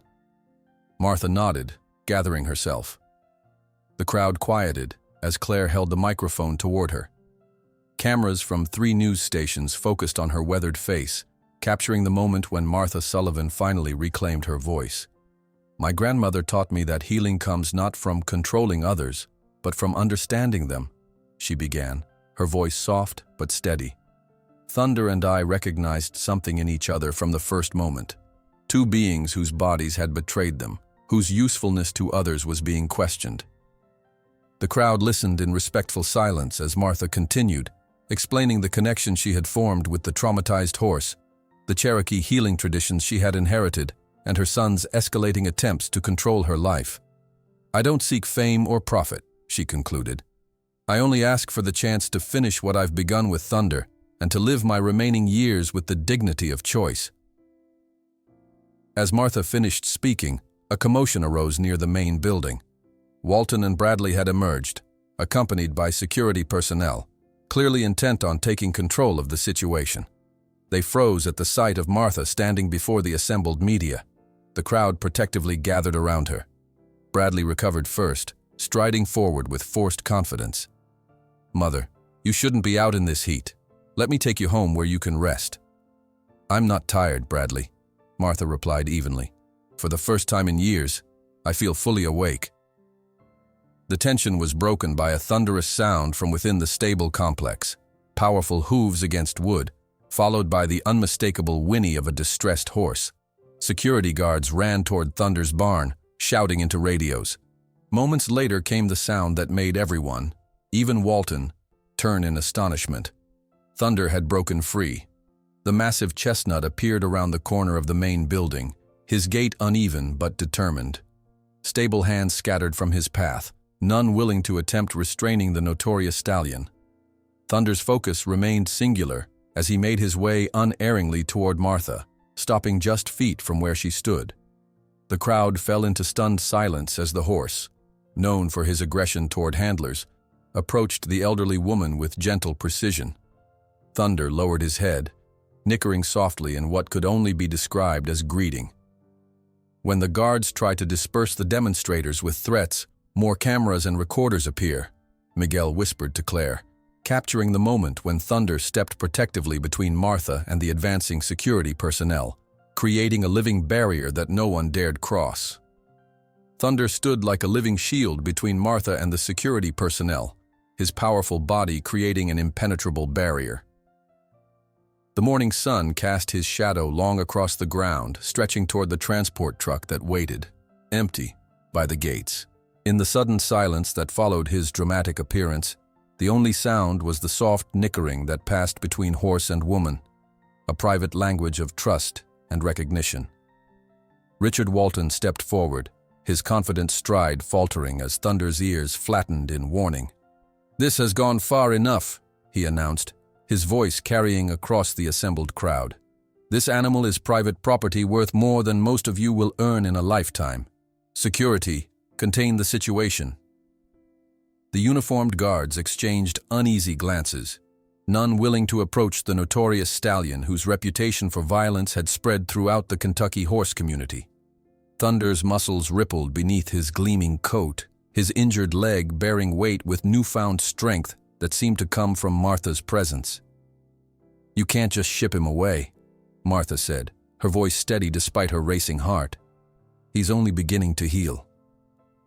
Bradley pushed through the crowd, his face flushed with a combination of embarrassment and rage. "Mother, this ends now," he hissed, reaching for her arm. "You're making me look like a monster in front of all of Louisville." Martha pulled away from his grasp. "Let go of me, Bradley. You're hurting me." The moment Bradley's fingers tightened around Martha's wrist, Thunder's reaction was immediate and decisive. The stallion didn't charge or rear as might have been expected. Instead, he simply shifted his massive body, inserting himself precisely between mother and son. The movement was calculated, controlled, not the reaction of a dangerous animal, but the deliberate protection of a sentient being who recognized a threat to someone vulnerable. Bradley stumbled backward, genuine fear flickering across his face as he found himself inches from the animal that had sent 3 professional handlers to the hospital. Thunder maintained his position, his dark eyes fixed on Bradley with unnerving intelligence, his body forming a protective half-circle around Martha. "My God," someone whispered from the crowd. "He's protecting her." Cameras whirred and clicked, capturing the extraordinary tableau. A magnificent thoroughbred standing guard over an elderly woman, challenging anyone to harm her. Martha placed her hand gently on Thunder's neck, her touch visibly calming the horse even as it kept its attention fixed on Bradley. "It's all right," she murmured in Cherokee, the ancient words flowing naturally after weeks of using them with Thunder. "You don't need to fear for me." Claire Matthews stepped forward, her cameraman capturing every moment of the unprecedented scene. "Ladies and gentlemen, we are witnessing something extraordinary," she narrated for the live broadcast. "Thunder, a horse considered too dangerous to handle, is actively protecting Mrs. Sullivan from perceived threats." The crowd had grown silent, awestruck by the display of cross-species understanding playing out before them. Even the security guards had lowered their radios, unwilling to disrupt the powerful moment. Walton watched as dozens of cell phones captured video that would undoubtedly go viral within hours. His calculating mind quickly reassessed the situation, weighing potential damage against possible advantage. The story had already escaped his control. Now the question was how to turn it to his benefit. This is precisely why Walton Stables has been investing in innovative rehabilitation techniques, he announced suddenly, stepping forward with his arms spread in a gesture of magnanimity. Mrs. Sullivan's unique approach exemplifies our commitment to cutting-edge equine therapy. The abrupt change in narrative left Bradley momentarily speechless, his mouth opening and closing without sound as Walton continued smoothly. "The well-being of our animals has always been my priority," Walton declared for the benefit of the cameras. "And it's becoming clear that separating Thunder from Mrs. Sullivan would be detrimental to both. Therefore, I'm not only canceling the sale to Dubai but also offering Mrs. Sullivan the guest cottage on my property, where she and Thunder can continue their remarkable journey of recovery together." Martha's eyes widened in surprise at this unexpected turn, but she maintained her composure. Thunder remained vigilant beside her, his body still positioned protectively, though his ears had swiveled to track Walton's words. Bradley recovered his voice, stepping toward Walton with barely contained fury. "You can't be serious. My mother needs professional care, not some stable cottage with a dangerous animal." "Your concern is touching," Walton replied with a thin smile that didn't reach his eyes. "But I believe the evidence before us suggests your mother is quite capable of making her own decisions." He gestured toward Thunder, who stood calmly under Martha's gentle touch. And clearly she has a gift that would be wasted in a care facility. What the crowd couldn't see, what only Sarah knew from her years working for the oil magnate, was that Walton's apparent generosity masked a calculated business decision. The potential publicity value of Martha and Thunder's story far outweighed the profit from a single horse sale, even to Dubai royalty.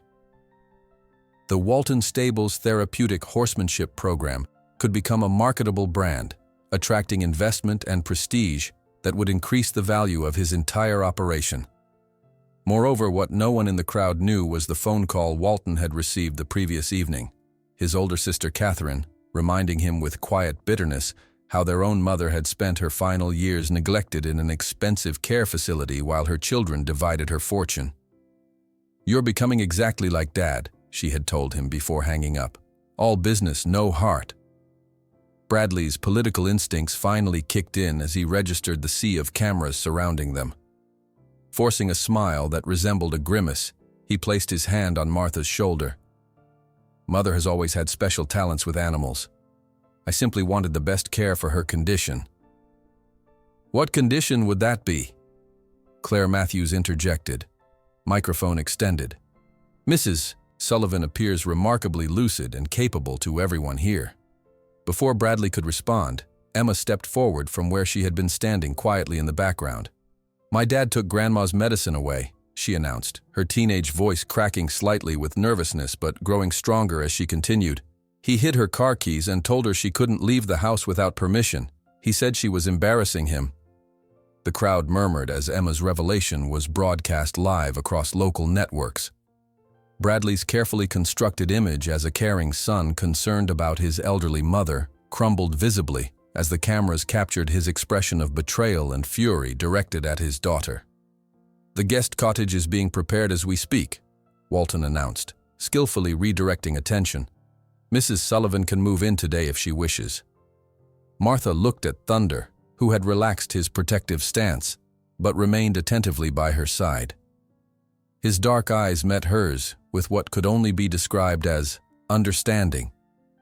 Two beings who had found in each other a recognition that transcended species. "I accept your offer, Mr. Walton," she said simply. "Thank you." The crowd erupted in cheers. Miguel and several other stable hands rushed forward to help guide Thunder safely back to his stall, though the stallion showed no inclination to leave Martha's side.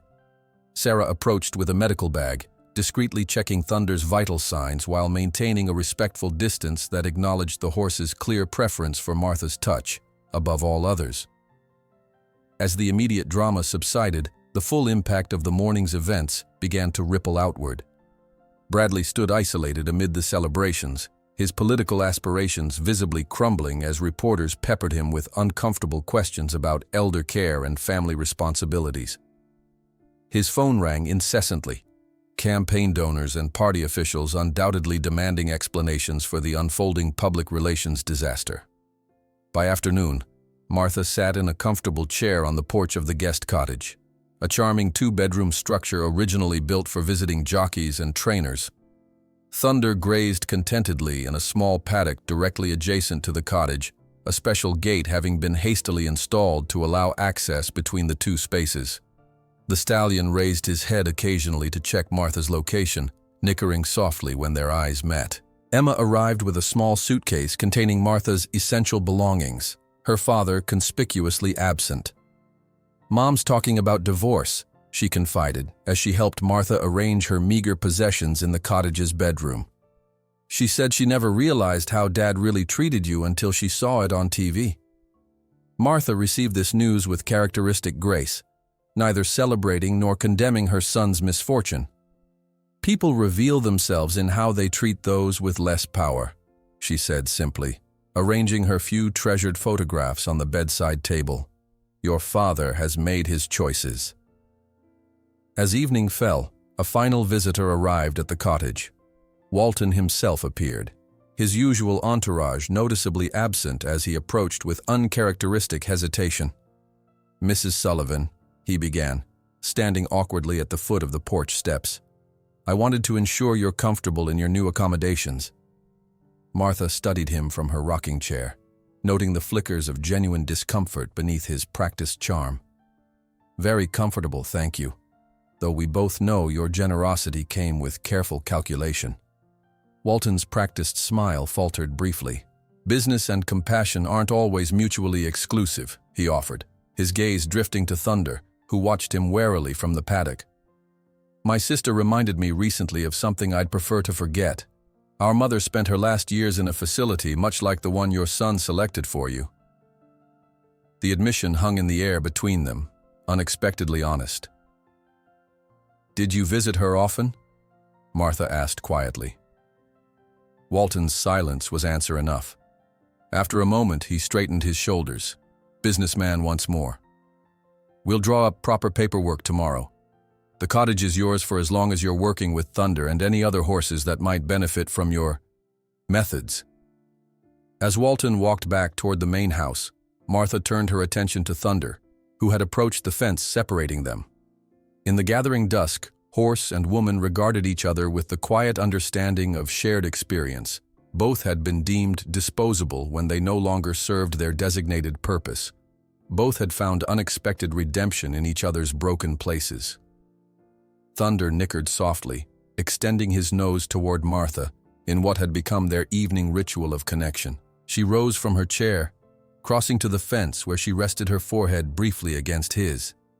For the first time in years, Martha Sullivan felt the weight of displacement lifting from her shoulders, replaced by the certainty that she had found at last a place where she truly belonged. While Martha settled into her new home on the property, Thunder continued to visit the porch through his special gate, often resting his large head in her lap as she sat in her rocking chair. Sarah approached with a grave expression. We won this victory, Martha. But you need to know what I discovered about the rest of the stables. There are other animals suffering, and now that you're here, Walton will expect you to keep quiet about it. Martha's fingers tightened around the edge of her rocking chair as Sarah's words settled between them like a stone. The late afternoon sun cast long shadows across the porch of her new cottage, painting golden rectangles on the weathered wood. Thunder, sensing the shift in mood, lifted his massive head from Martha's lap, his ears pivoting forward with alert curiosity. What do you mean, other animals suffering? Martha asked, her voice deliberately even. Sarah glanced nervously toward the main complex before sitting on the porch step, her clipboard clutched to her chest like armor. The rehabilitation protocols here, they're not what we present to the public. Horses are pushed beyond reasonable limits. Injuries are masked with excessive medication so they can race or be sold. Martha wasn't surprised. She had sensed it in Thunder's wary reactions to certain stable hands, in the tension that hung in the air around Walton's prize animals. Show me, she said simply. The next morning dawned misty and cool, the Kentucky hills shrouded in pearly gray light. Martha awoke to find a small team of volunteers installing a wooden ramp alongside her porch steps. A burly man with a salt and pepper beard looked up as she appeared in the doorway. Morning, Mrs. Sullivan, he called cheerfully. Thought you might appreciate easier access. My mother told me how you saved our Labrador after the car hit him back in '97. Never forgot it. Martha recognized him as Tommy Jennings, now middle-aged but once a freckle-faced boy who had carried his injured dog 5 miles to her farm. Thank you, Tommy. That's very thoughtful. Throughout the day, similar small kindnesses appeared. A local carpenter arrived to build a special gate that would allow Thunder to approach the porch freely. Women from Martha's old church brought homemade casseroles and bread. Each visitor carried stories of how Martha had touched their lives, a remedy for a child's persistent cough, comfort during a difficult birth, gentle guidance through grief. That evening, as Martha sat with Thunder on her porch, Sarah slipped through the gathering darkness with a thick folder under her arm. Inside were medical records, carefully annotated with discrepancies between official reports and actual treatments. 3 horses in the West stable have been receiving double the legal limit of anti-inflammatories, Sarah explained, pointing to highlighted sections. This one, Summer Wind, has a hairline fracture that's been deliberately omitted from his sale documentation. Martha studied the records, her heart heavy. They're just inventory to him, aren't they? Like Thunder was. Like I was to Bradley. Sarah nodded grimly. Mr. Walton has invited a crew from the racing network tomorrow. They're doing a feature on his innovative rehabilitation program, meaning you and Thunder. He wants to showcase his newfound commitment to humane practices. Martha's lips tightened, while continuing the old practices where cameras don't reach. The next morning brought the promised media circus. A sleek production van arrived, disgorging equipment and crew members who began setting up near Thunder's paddock. Walton himself appeared at Martha's door, impeccably dressed in what she recognized as calculated casual wear, expensive jeans, and a crisp button-down that probably cost more than a month of her Social Security checks. "Mrs. Sullivan," he said with practiced warmth, "ready for your close-up? Just be natural, tell our story. How Walton Stables is pioneering a return to traditional healing methods alongside cutting-edge veterinary care." Martha smiled thinly. "Our story, Mr. Walton." He didn't miss her emphasis. "You're part of the Walton Stables family now," he replied, his smile never reaching his eyes. "Your success with Thunder is our success." As cameras rolled, Martha demonstrated her gentle approach with Thunder, explaining in simple terms how she had established trust. The stallion performed beautifully, responding to her quiet commands with an attentiveness that made the film crew murmur in appreciation. "It's extraordinary," the presenter gushed, a blonde woman with 2 white teeth. "How would you describe your method, Mrs. Sullivan?" Martha stroked Thunder's neck, feeling the steady pulse beneath her fingers. "I listen," she said simply. "Most people talk at animals. Few listen to what they're trying to tell us." From the corner of her eye, Martha could see Walton nodding approvingly. Her folksy wisdom made good television without threatening his business model. What he couldn't see was her quiet observation of everything beyond the camera's reach: the nervous horses in distant paddocks, the stable hands administering injections with furtive glances. "They think this is just for show," Martha whispered to Thunder when the cameras briefly turned away. "But we're going to change things from within, slowly." 3 days later, Martha received unexpected visitors. Emma stood awkwardly at the cottage door, flanked by her 15-year-old brother Tyler. Both teenagers shifted uncomfortably, clearly sent by neither parent. "Dad's moving out," Emma announced without preamble. "Mom found out he's been seeing his campaign manager for months." Martha invited them inside, where Thunder's massive head already peered through the special door installed in the living room wall. Tyler, who had previously shown little interest in his grandmother, stared at the horse with undisguised fascination. "Can I touch him?" he asked hesitantly. "Ask him, not me," Martha replied. "Approach slowly, from an angle. Let him see you clearly." Tyler followed her instructions with surprising care. Thunder assessed the boy with intelligent eyes before lowering his head slightly in permission. The teenager's face transformed with wonder as his fingers made contact with the velvet muzzle. "Dad always said you were kind of, confused," Emma admitted later as they sat on the porch. "But you don't seem confused at all to me," Martha smiled. "Age looks different from the outside, dear." The visits became regular, the teenagers finding in their grandmother's cottage a refuge from their parents' imploding marriage. Martha taught them small things: how to identify healing plants, how to read animal body language, how to listen to the land's subtle changes. Through them, she began piecing together the fragments of her family that Bradley had systematically separated from her. Meanwhile, Martha quietly extended her influence through the stables. Beginning with Thunder, she established a routine of morning observations with interested stable hands. "Before you touch them, learn to read their expressions," she explained to a small group that grew larger each day. "See how his ear flickers when he's uncertain? How his weight shifts when he's considering flight?" Miguel became her most dedicated student, absorbing her teachings and adding his own knowledge gained through decades of experience. Together they began introducing subtle changes: longer rest periods between training sessions, herbal supplements to reduce dependency on harsh medications, gentle groundwork to rebuild trust with traumatized animals. One morning, Walton arrived with another film crew, this time from a prestigious documentary team. National Geographic, he announced proudly. They're doing a special on innovative approaches to equine therapy. You're becoming quite the celebrity, Mrs. Sullivan. Martha nodded politely, but felt a growing unease at being showcased while conditions remained unchanged for many animals in Walton's care. That evening she discovered why Walton had been particularly attentive. Sarah appeared at her door after dark, her face tense with worry. "They're hiding a horse," she whispered. "A young stallion named Midnight Promise. Took a bad fall during training yesterday. Walton ordered him kept in the isolation stable at the north end." "How bad?" Martha asked. "Torn suspensory ligament. Significant. Walton says treatment would exceed the colt's potential value." Sarah's professional demeanor cracked slightly. "They're planning to euthanize him quietly before the weekend. No documentation, no questions." Martha's jaw tightened. "Take me to him."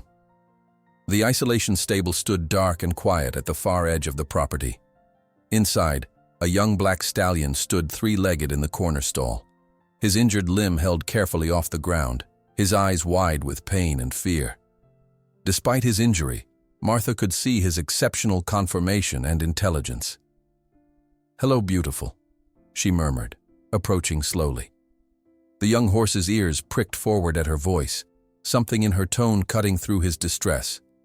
Martha examined him carefully, her experienced hands gently assessing the damage.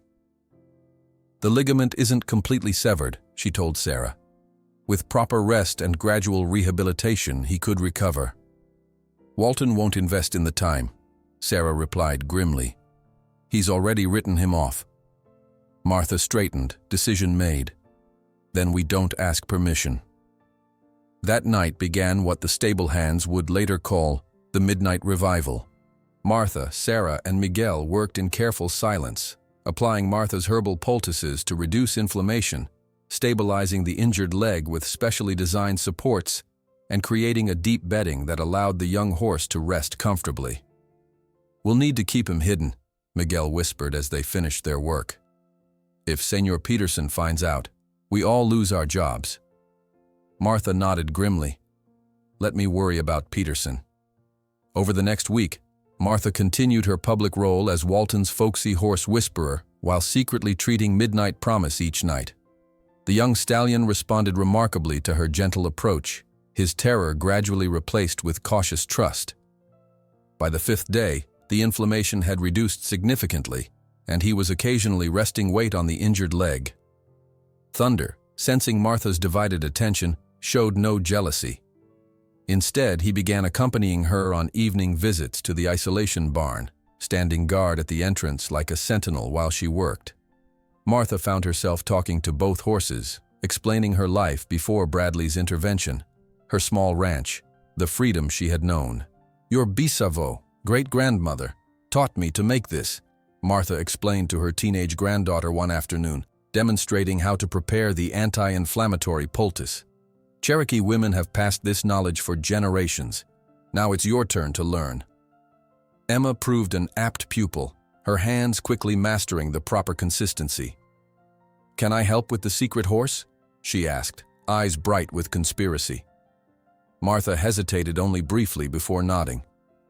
"We all need purpose, especially when the world tells us we're not useful anymore." Meanwhile, Walton continued to capitalize on Martha's growing reputation. A professional film crew arrived to document the equine therapy program that was supposedly transforming his operation. Martha played her role perfectly, demonstrating her methods while carefully avoiding any mention of the ongoing neglect elsewhere in the facility. The confrontation came sooner than Martha had anticipated. Peterson, the stable manager, discovered Midnight Promise's unauthorized treatment during a late-night inspection. "Mrs. Sullivan," he said coldly, blocking her entrance to the isolation stall the following evening. "This animal is not your concern. Mr. Walton has made his decision based on sound financial considerations." Martha met his gaze steadily. "The cost of treatment exceeds the value of the animal." "Is that the calculation, Mr. Peterson?" "Financial decisions aren't your competence, Mrs. Sullivan," he replied dismissively. "You're here as public relations, not as a decision-maker." Martha didn't argue. Instead, she simply stated, "Look at his leg. The inflammation is down by half. He's bearing weight periodically. The prognosis has changed." Peterson's expression remained unmoved. "Mr. Walton will be informed of your interference. In the meantime, this barn is off limits to you." That night, Martha sat on her porch, watching thunder graze peacefully in the moonlight. The contrast between his current serenity and his former torment gave her hope, but Peterson's threat hung heavy in the air. She had overstepped her boundaries in Walton's carefully orchestrated world, and there would be consequences. When the young condemned horse began showing clear signs of recovery after a week of secret treatments by Martha, Walton found himself in a dilemma. Admit publicly that he was wrong, or silence the growing influence of the elderly woman who, he realized belatedly, was slowly transforming his stables from the inside out. Walton stared at the medical charts in his hand, the evidence undeniable. Midnight Promise, the young stallion he had written off as a financial loss, stood in his stall bearing weight on what should have been a career-ending injury. The morning light streamed through the barn windows, illuminating the remarkable transformation. The horse's coat gleamed with renewed health, his eyes alert and engaged rather than clouded with pain. "This is unexpected," Walton admitted, unable to keep the surprise from his voice as he addressed Sarah and Peterson. "The recovery timeline you initially presented was based on conventional treatment protocols," Sarah finished for him, a new confidence in her bearing. "Mrs. Sullivan's methods have accelerated the healing process substantially. The inflammation markers are down 60%, and tissue regeneration has begun." Peterson shifted uncomfortably. "It's still an extensive rehabilitation process, sir. The cost-benefit analysis has clearly changed," Walton interrupted, his businessman's mind rapidly recalculating. He studied the young stallion thoughtfully, noting the exceptional conformation that had made him a promising investment before his injury. "Perhaps we've been hasty in our evaluation." Later that morning, Martha sat with a small group of stable hands in the training ring, demonstrating how to recognize subtle signs of discomfort in the horses. "See how he shifts his weight when approached from this angle?" she explained, indicating a chestnut mare's barely perceptible reaction. "That's not defiance. It's communication. She's telling us something hurts." The workers watched with rapt attention, their notebooks filled with observations. What had begun as informal guidance had evolved into regular sessions that drew participants from throughout the facility: grooms, exercise riders, even junior trainers eager to learn Martha's methods. "Mrs. Sullivan," called a familiar voice from the entrance. Walton approached, his casual stance belied by the calculated assessment in his eyes. "Quite the following you've developed." Martha nodded politely as the group dispersed, returning to their duties with respectful nods to both her and Walton. "Just sharing what my grandmother taught me, nothing special." "I disagree," Walton replied, falling into step beside her as she walked toward Thunder's paddock. "What you've accomplished with Midnight Promise is remarkable. Peterson informed me of your unauthorized intervention." Martha tensed slightly but kept her pace steady. "I couldn't stand by and watch a young horse destroyed when he could be saved." "A business decision that I'm reconsidering," Walton said, surprising her. "Your methods have proven effective enough to warrant a more comprehensive approach. I'd like to formalize your role here, official consultant to our new equine rehabilitation program." Martha stopped, studying him carefully. The morning sun cast harsh shadows across his face, highlighting the lines of ambition etched around his mouth. "And what would that entail exactly?" "Teaching your methods to our staff, developing treatment protocols, perhaps even lending your name to a new Walton Stables therapeutic line." His smile didn't reach his eyes, with appropriate compensation, of course. Martha understood the unspoken bargain, her cooperation and silence about the facility's darker practices in exchange for the opportunity to expand her influence. "I'll need to think about it," she said finally. Walton nodded, his expression revealing nothing. "Of course. In the meantime, I've instructed Peterson to give you full access to Midnight Promise's rehabilitation." Consider it a good faith gesture. As Walton walked away, Thunder approached the fence line, nickering softly in greeting. Martha reached out to stroke his velvet muzzle, drawing comfort from his solid presence. "He thinks he's offering me a cage with better furnishings," she murmured to the horse. "But maybe it's an opportunity to change more than just your life, old friend." That afternoon, a large delivery truck arrived at Martha's cottage. 2 men carefully unloaded a beautiful handcrafted rocking chair, its wood polished to a warm glow. "From Mr. Walton," explained the delivery man, handing her an envelope. "Where would you like it, ma'am?" Martha directed them to place it on the porch, where the afternoon light would fall across it. Inside the envelope was a brief note in Walton's precise handwriting. "A more comfortable seat from which to observe your successes. Contract details to follow." The rocking chair was exquisite, its craftsmanship evident in every curve and joint.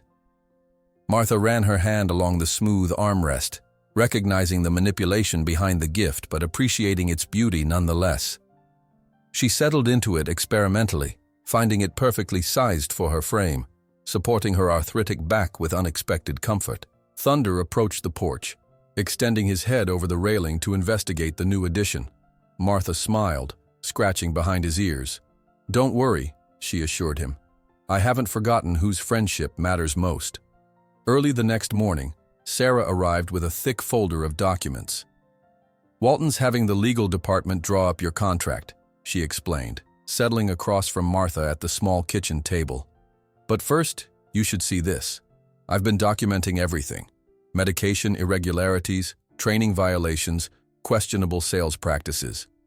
Martha flipped through the meticulously organized evidence, her heart heavy at the systematic mistreatment hidden behind Walton's glossy operation. "He's offering me legitimacy in exchange for complicity," she said quietly. Sarah nodded grimly. "If you accept his terms, you'll have more access, more influence, but at what cost?"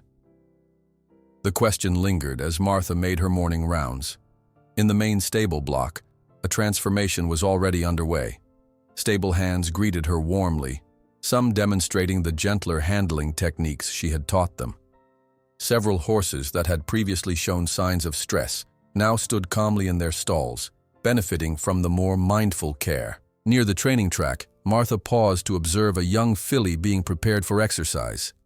The trainer, a man who had initially dismissed Martha's methods as old woman's nonsense, now checked the filly's legs with careful attention before adjusting her saddle padding to prevent pressure points.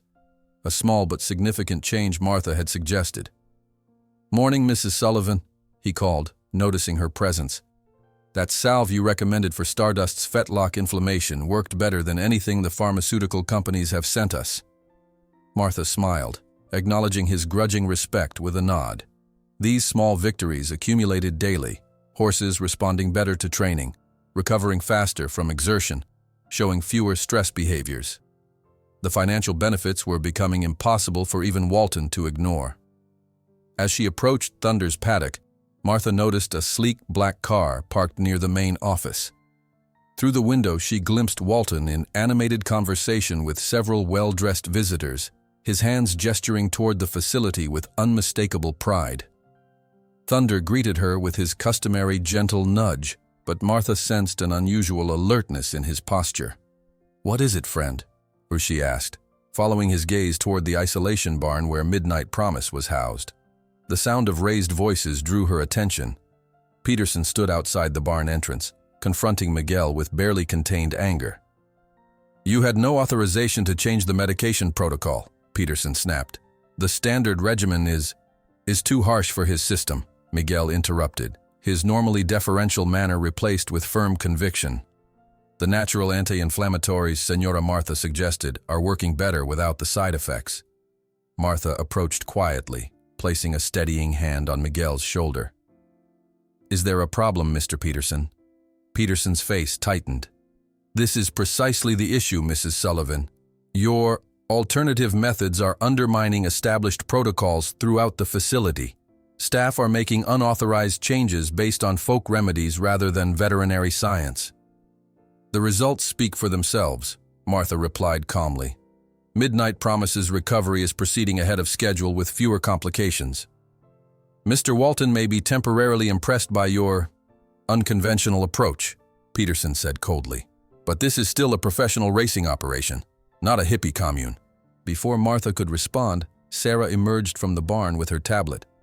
I've just completed Midnight's latest assessment, she announced, her professional tone belying the triumph in her eyes.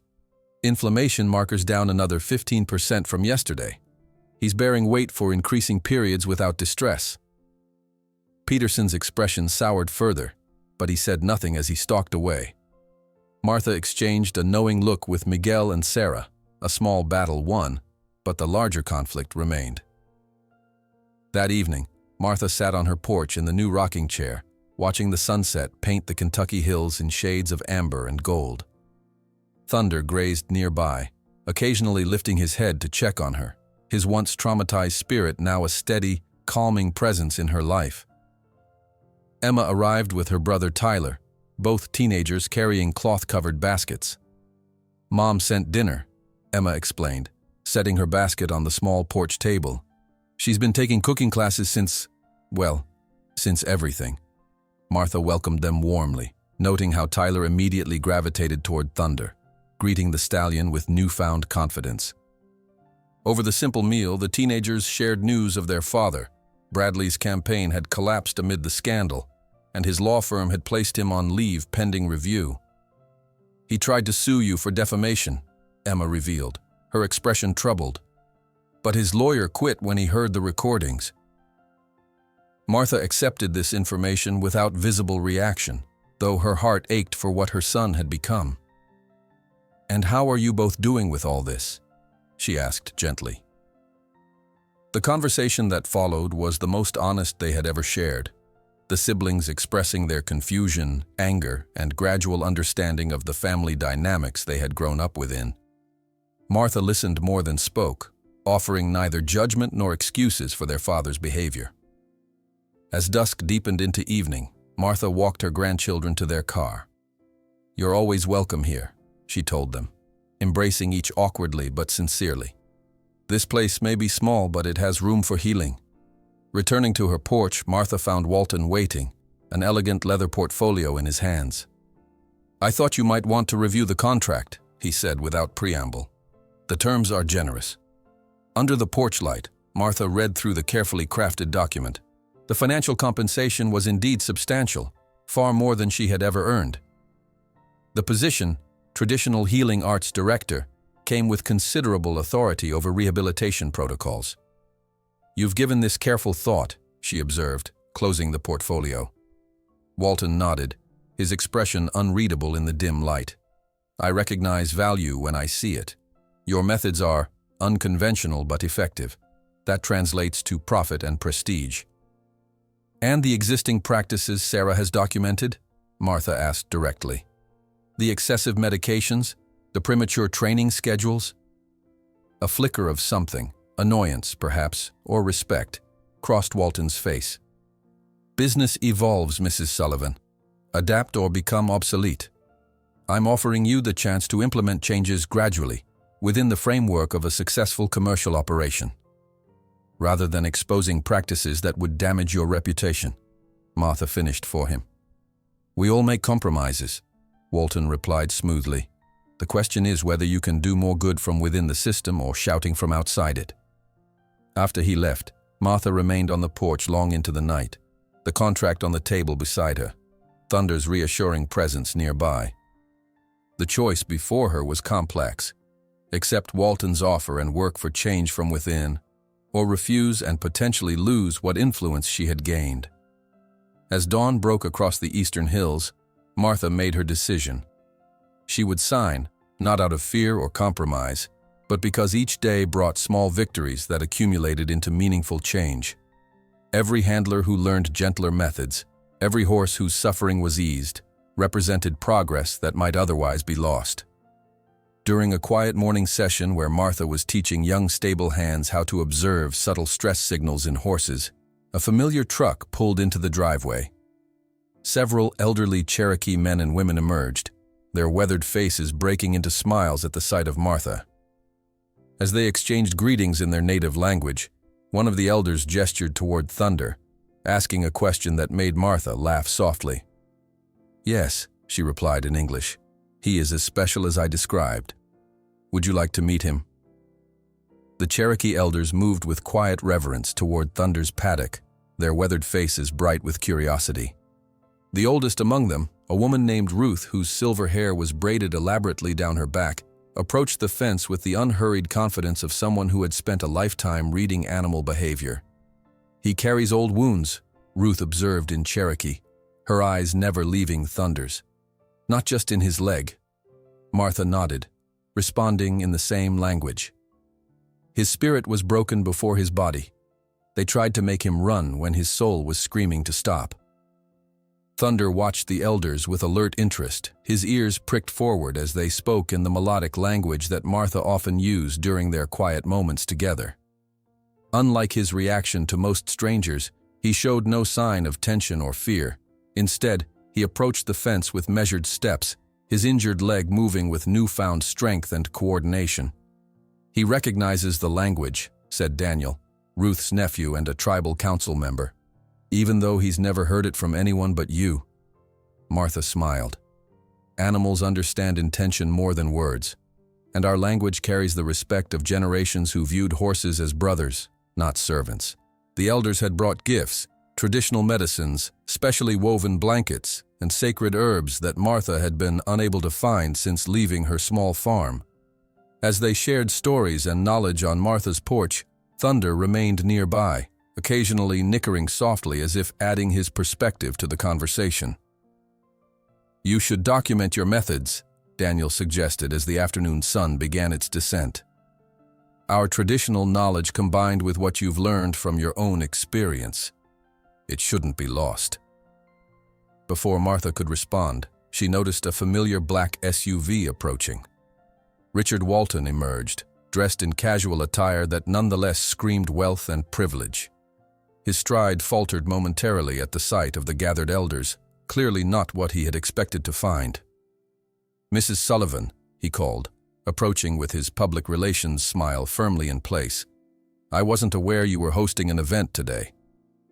Martha made the introductions, watching as Walton shifted smoothly into his charming mode, expressing exaggerated interest in Cherokee healing traditions. The elders' faces remained politely impassive, their millennia of experience with white men's sudden appreciation for their culture evident in their measured responses. "Actually, this is perfect timing," Walton declared. "The National Geographic team will be arriving tomorrow to begin filming their feature. The cultural context of your methods would make a fascinating angle." Ruth's dark eyes assessed Walton with unsettling directness. "Our knowledge is not for selling, Mr. Walton. It is for healing." An uncomfortable silence followed, broken only when Thunder approached the fence, drawing Walton's attention. The transformation in the stallion was undeniable. His coat gleamed with health, his eyes clear and engaged rather than wild with fear. Most remarkably, he allowed Walton to stand relatively near without showing signs of his former terror. "Extraordinary progress," Walton murmured, careful not to make any sudden movements. "The Dubai buyers have been inquiring about your methods, Mrs. Sullivan. Their veterinary team is particularly interested in your herbal formulations." "My grandmother's formulations," Martha corrected gently. "Passed through generations of women who were never credited for their knowledge." As the sun began to set, the Cherokee elders departed with promises to return, leaving Martha with several precious bundles of herbs and a sense of renewed connection to her heritage. Walton lingered, clearly wanting to discuss business away from their attentive ears. "The documentary team wants to film you working with Thunder in a more dynamic way," he began, choosing his words carefully. "Perhaps riding him? It would make for powerful imagery. The transformation from dangerous to trustworthy." Martha considered the suggestion, absently rubbing her arthritic hip. "Thunder decides what happens next, not your film crew. If he's ready for that level of trust, we'll know." The next morning dawned clear and golden, the Kentucky hills shrouded in light mist that promised another scorching summer day. Martha woke early, her joints stiff, but her mind clear. Today felt different somehow. A turning point approaching, though she couldn't have explained why. Thunder greeted her with his customary gentle nickering, pressing his massive head against her shoulder in a gesture that had become their morning ritual. Martha ran her hands along his neck, noting the continued improvement in his muscle tone and the calm, steady rhythm of his breathing. "What do you think, friend?" she asked softly. "They want a show, but this relationship isn't about performance, is it?" Thunder blew softly against her face, his dark eyes holding hers with that uncanny intelligence that had drawn them together from the first moment. Martha found herself remembering her younger days, when climbing onto a horse's back had been as natural as breathing. Now, with her arthritic hips and the lingering weakness from her stroke, such things seemed part of a distant past. The National Geographic team arrived mid-morning, a director, 2 camera operators, a sound technician, and a young woman who introduced herself as an anthropologist specializing in indigenous healing practices. Walton hovered at the periphery, clearly anxious that everything present the perfect image of his innovative facility. As the crew set up their equipment, Martha led Thunder to the small paddock adjacent to her cottage. Unlike the formal filming that Walton had orchestrated previously, Martha had insisted that today's session happen in Thunder's comfort zone, where he felt safest. "We'll just follow your normal routine," the director assured her. "Pretend we're not even here."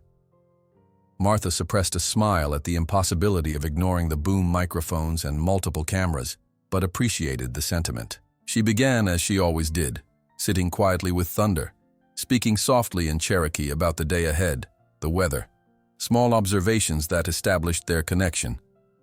The anthropologist watched with evident fascination, occasionally making notes but remaining respectfully silent.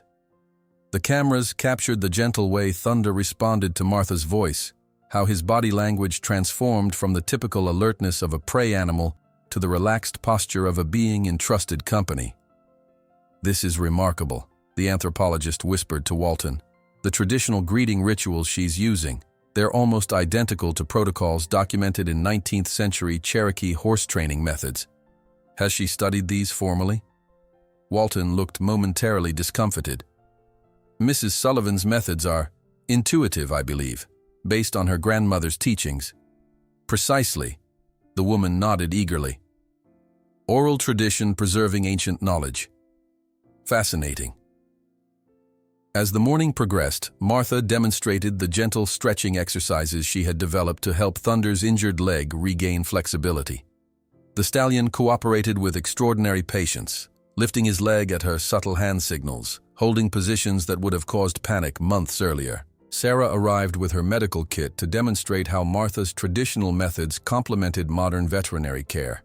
The cameras captured her applying the herbal poultice to Thunder's leg while explaining the measurable reduction in inflammation markers. The combination of Mrs. Sullivan's traditional remedies with targeted physical therapy has produced results that frankly astonished our veterinary team, Sarah explained to the camera with professional confidence. "What we're seeing is tissue regeneration at rates significantly above normal expectations." Throughout the morning, stable hands and other Walton employees stopped by, sharing their observations of Thunder's transformation and how Martha's methods had influenced their own work.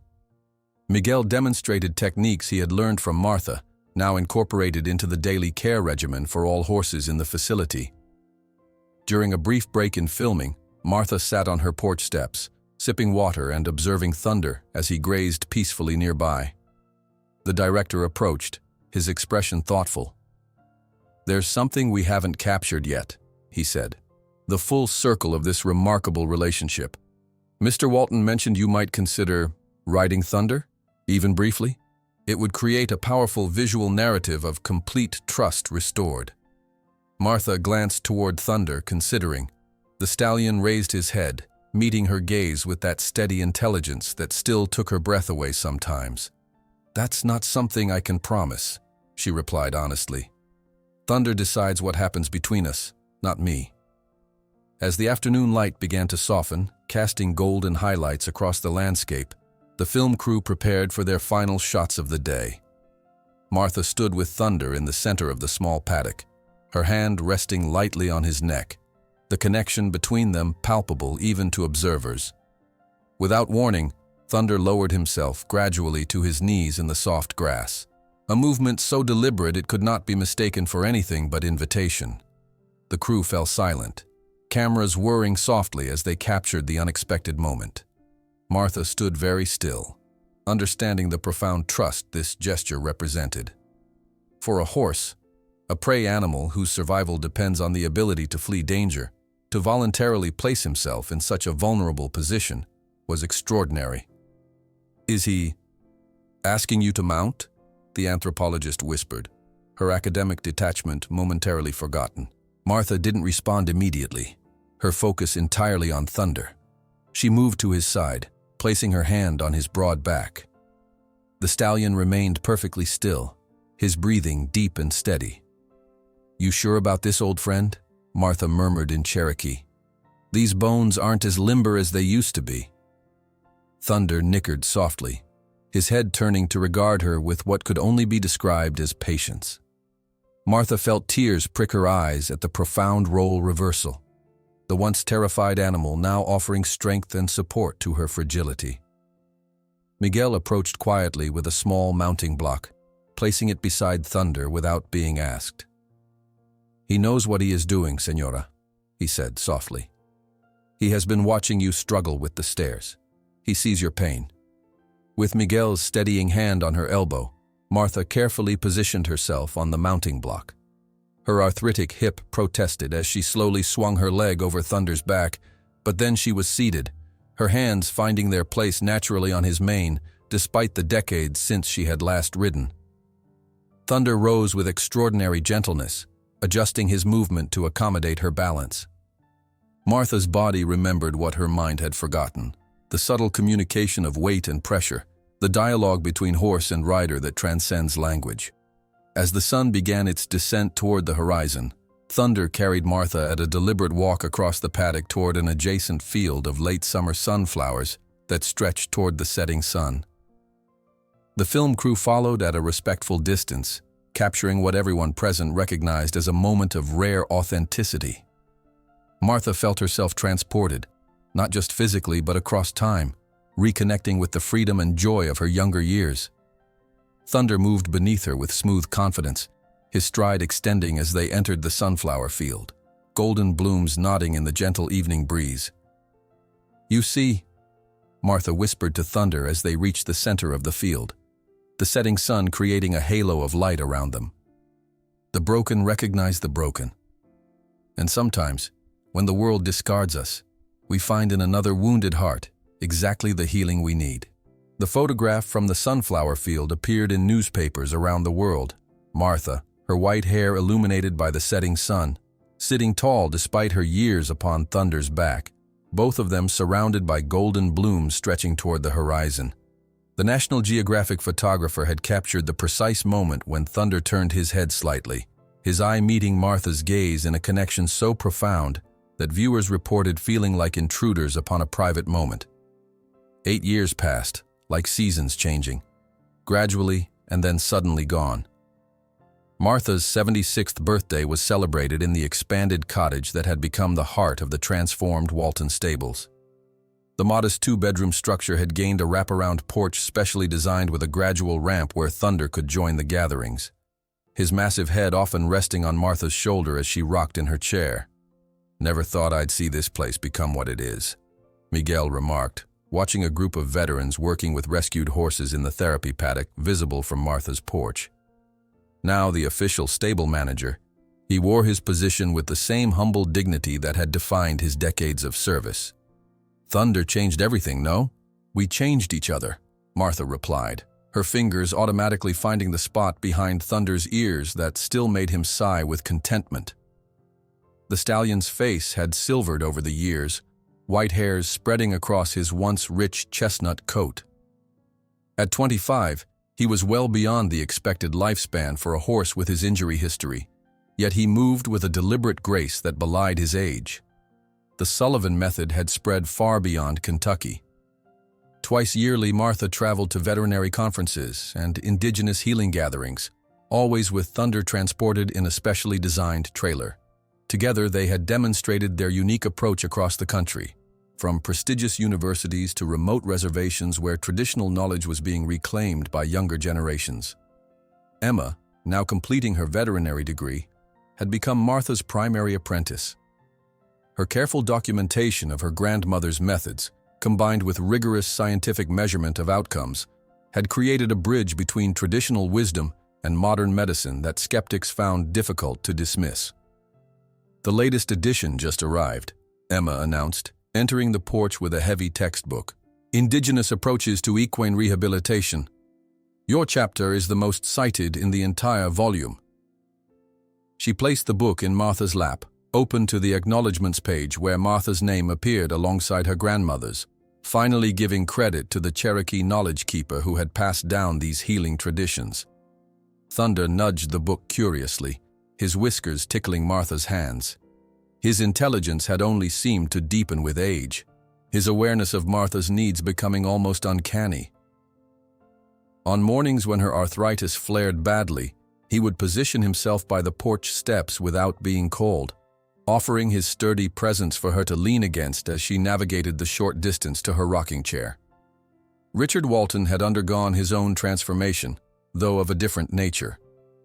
The business magnate had initially seen Martha's methods as merely a marketable commodity, a way to distinguish his operation in a competitive industry. But something had shifted in him during the years of witnessing the authentic healing that took place on his property.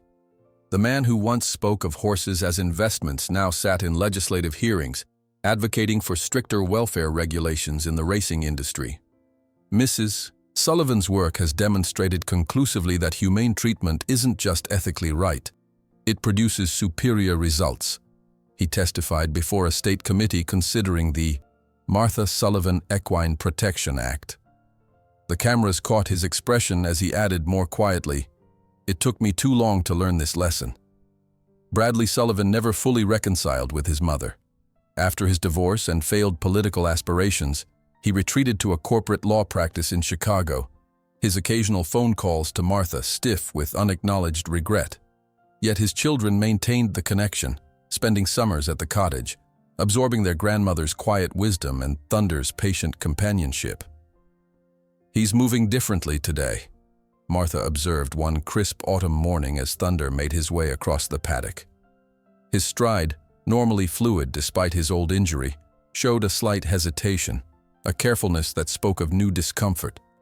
At 27, the stallion had lived well beyond expectations, each year a gift that Martha treasured with increasing awareness of its impermanence. Sarah, now the director of veterinary services for the entire operation, conducted a thorough examination. "Some arthritis in his spine, similar to yours," she explained gently. "Nothing unexpected for his age, but we should adjust his supplements and perhaps try some additional supportive therapies." Martha nodded, her hand resting on Thunder's neck where the pulse beat steady and strong beneath her fingers. "We're growing old together, friend," she murmured in Cherokee, our bodies remembering all they've carried. Throughout that fall, they maintained their routine, morning walks through the therapy grounds where Thunder, despite his increasing stiffness, remained a calming presence for traumatized horses and humans alike. The stallion seemed to possess an innate understanding of others' pain, often positioning himself beside the most troubled newcomers, his steady presence communicating what words could not. When winter arrived, bringing bitter cold that seeped into aging bones, Martha had a special blanket made for Thunder, woven with the traditional Cherokee patterns that had once adorned her grandmother's home. The elders from the reservation blessed it in a ceremony that drew together the communities that had formed around Martha's work: veterans, horse people, indigenous knowledge keepers, and medical professionals, all gathered in acknowledgement of the healing that had rippled outward from one unlikely connection. On a snow-dusted morning in January, Martha woke to an unusual silence. Normally, Thunder's soft nickering greeted her at first light, his internal clock as reliable as any timepiece. She made her way to the window overlooking his special shelter, her heart already knowing what her eyes would confirm. Thunder lay peacefully in his bedding, his body still, his spirit departed sometime during the night. Martha dressed slowly, her movements deliberate as she prepared for what must come next. When she reached his side, she settled carefully onto the straw beside him, her hand finding its accustomed place on his neck, though no pulse beat beneath her fingers now. "Thank you for waiting until I was strong enough," she whispered, leaning forward to rest her forehead against his still warm neck one final time.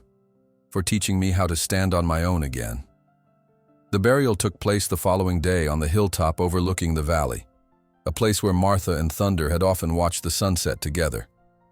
Walton had offered a place in the prestigious equine cemetery where champions were interred with elaborate markers.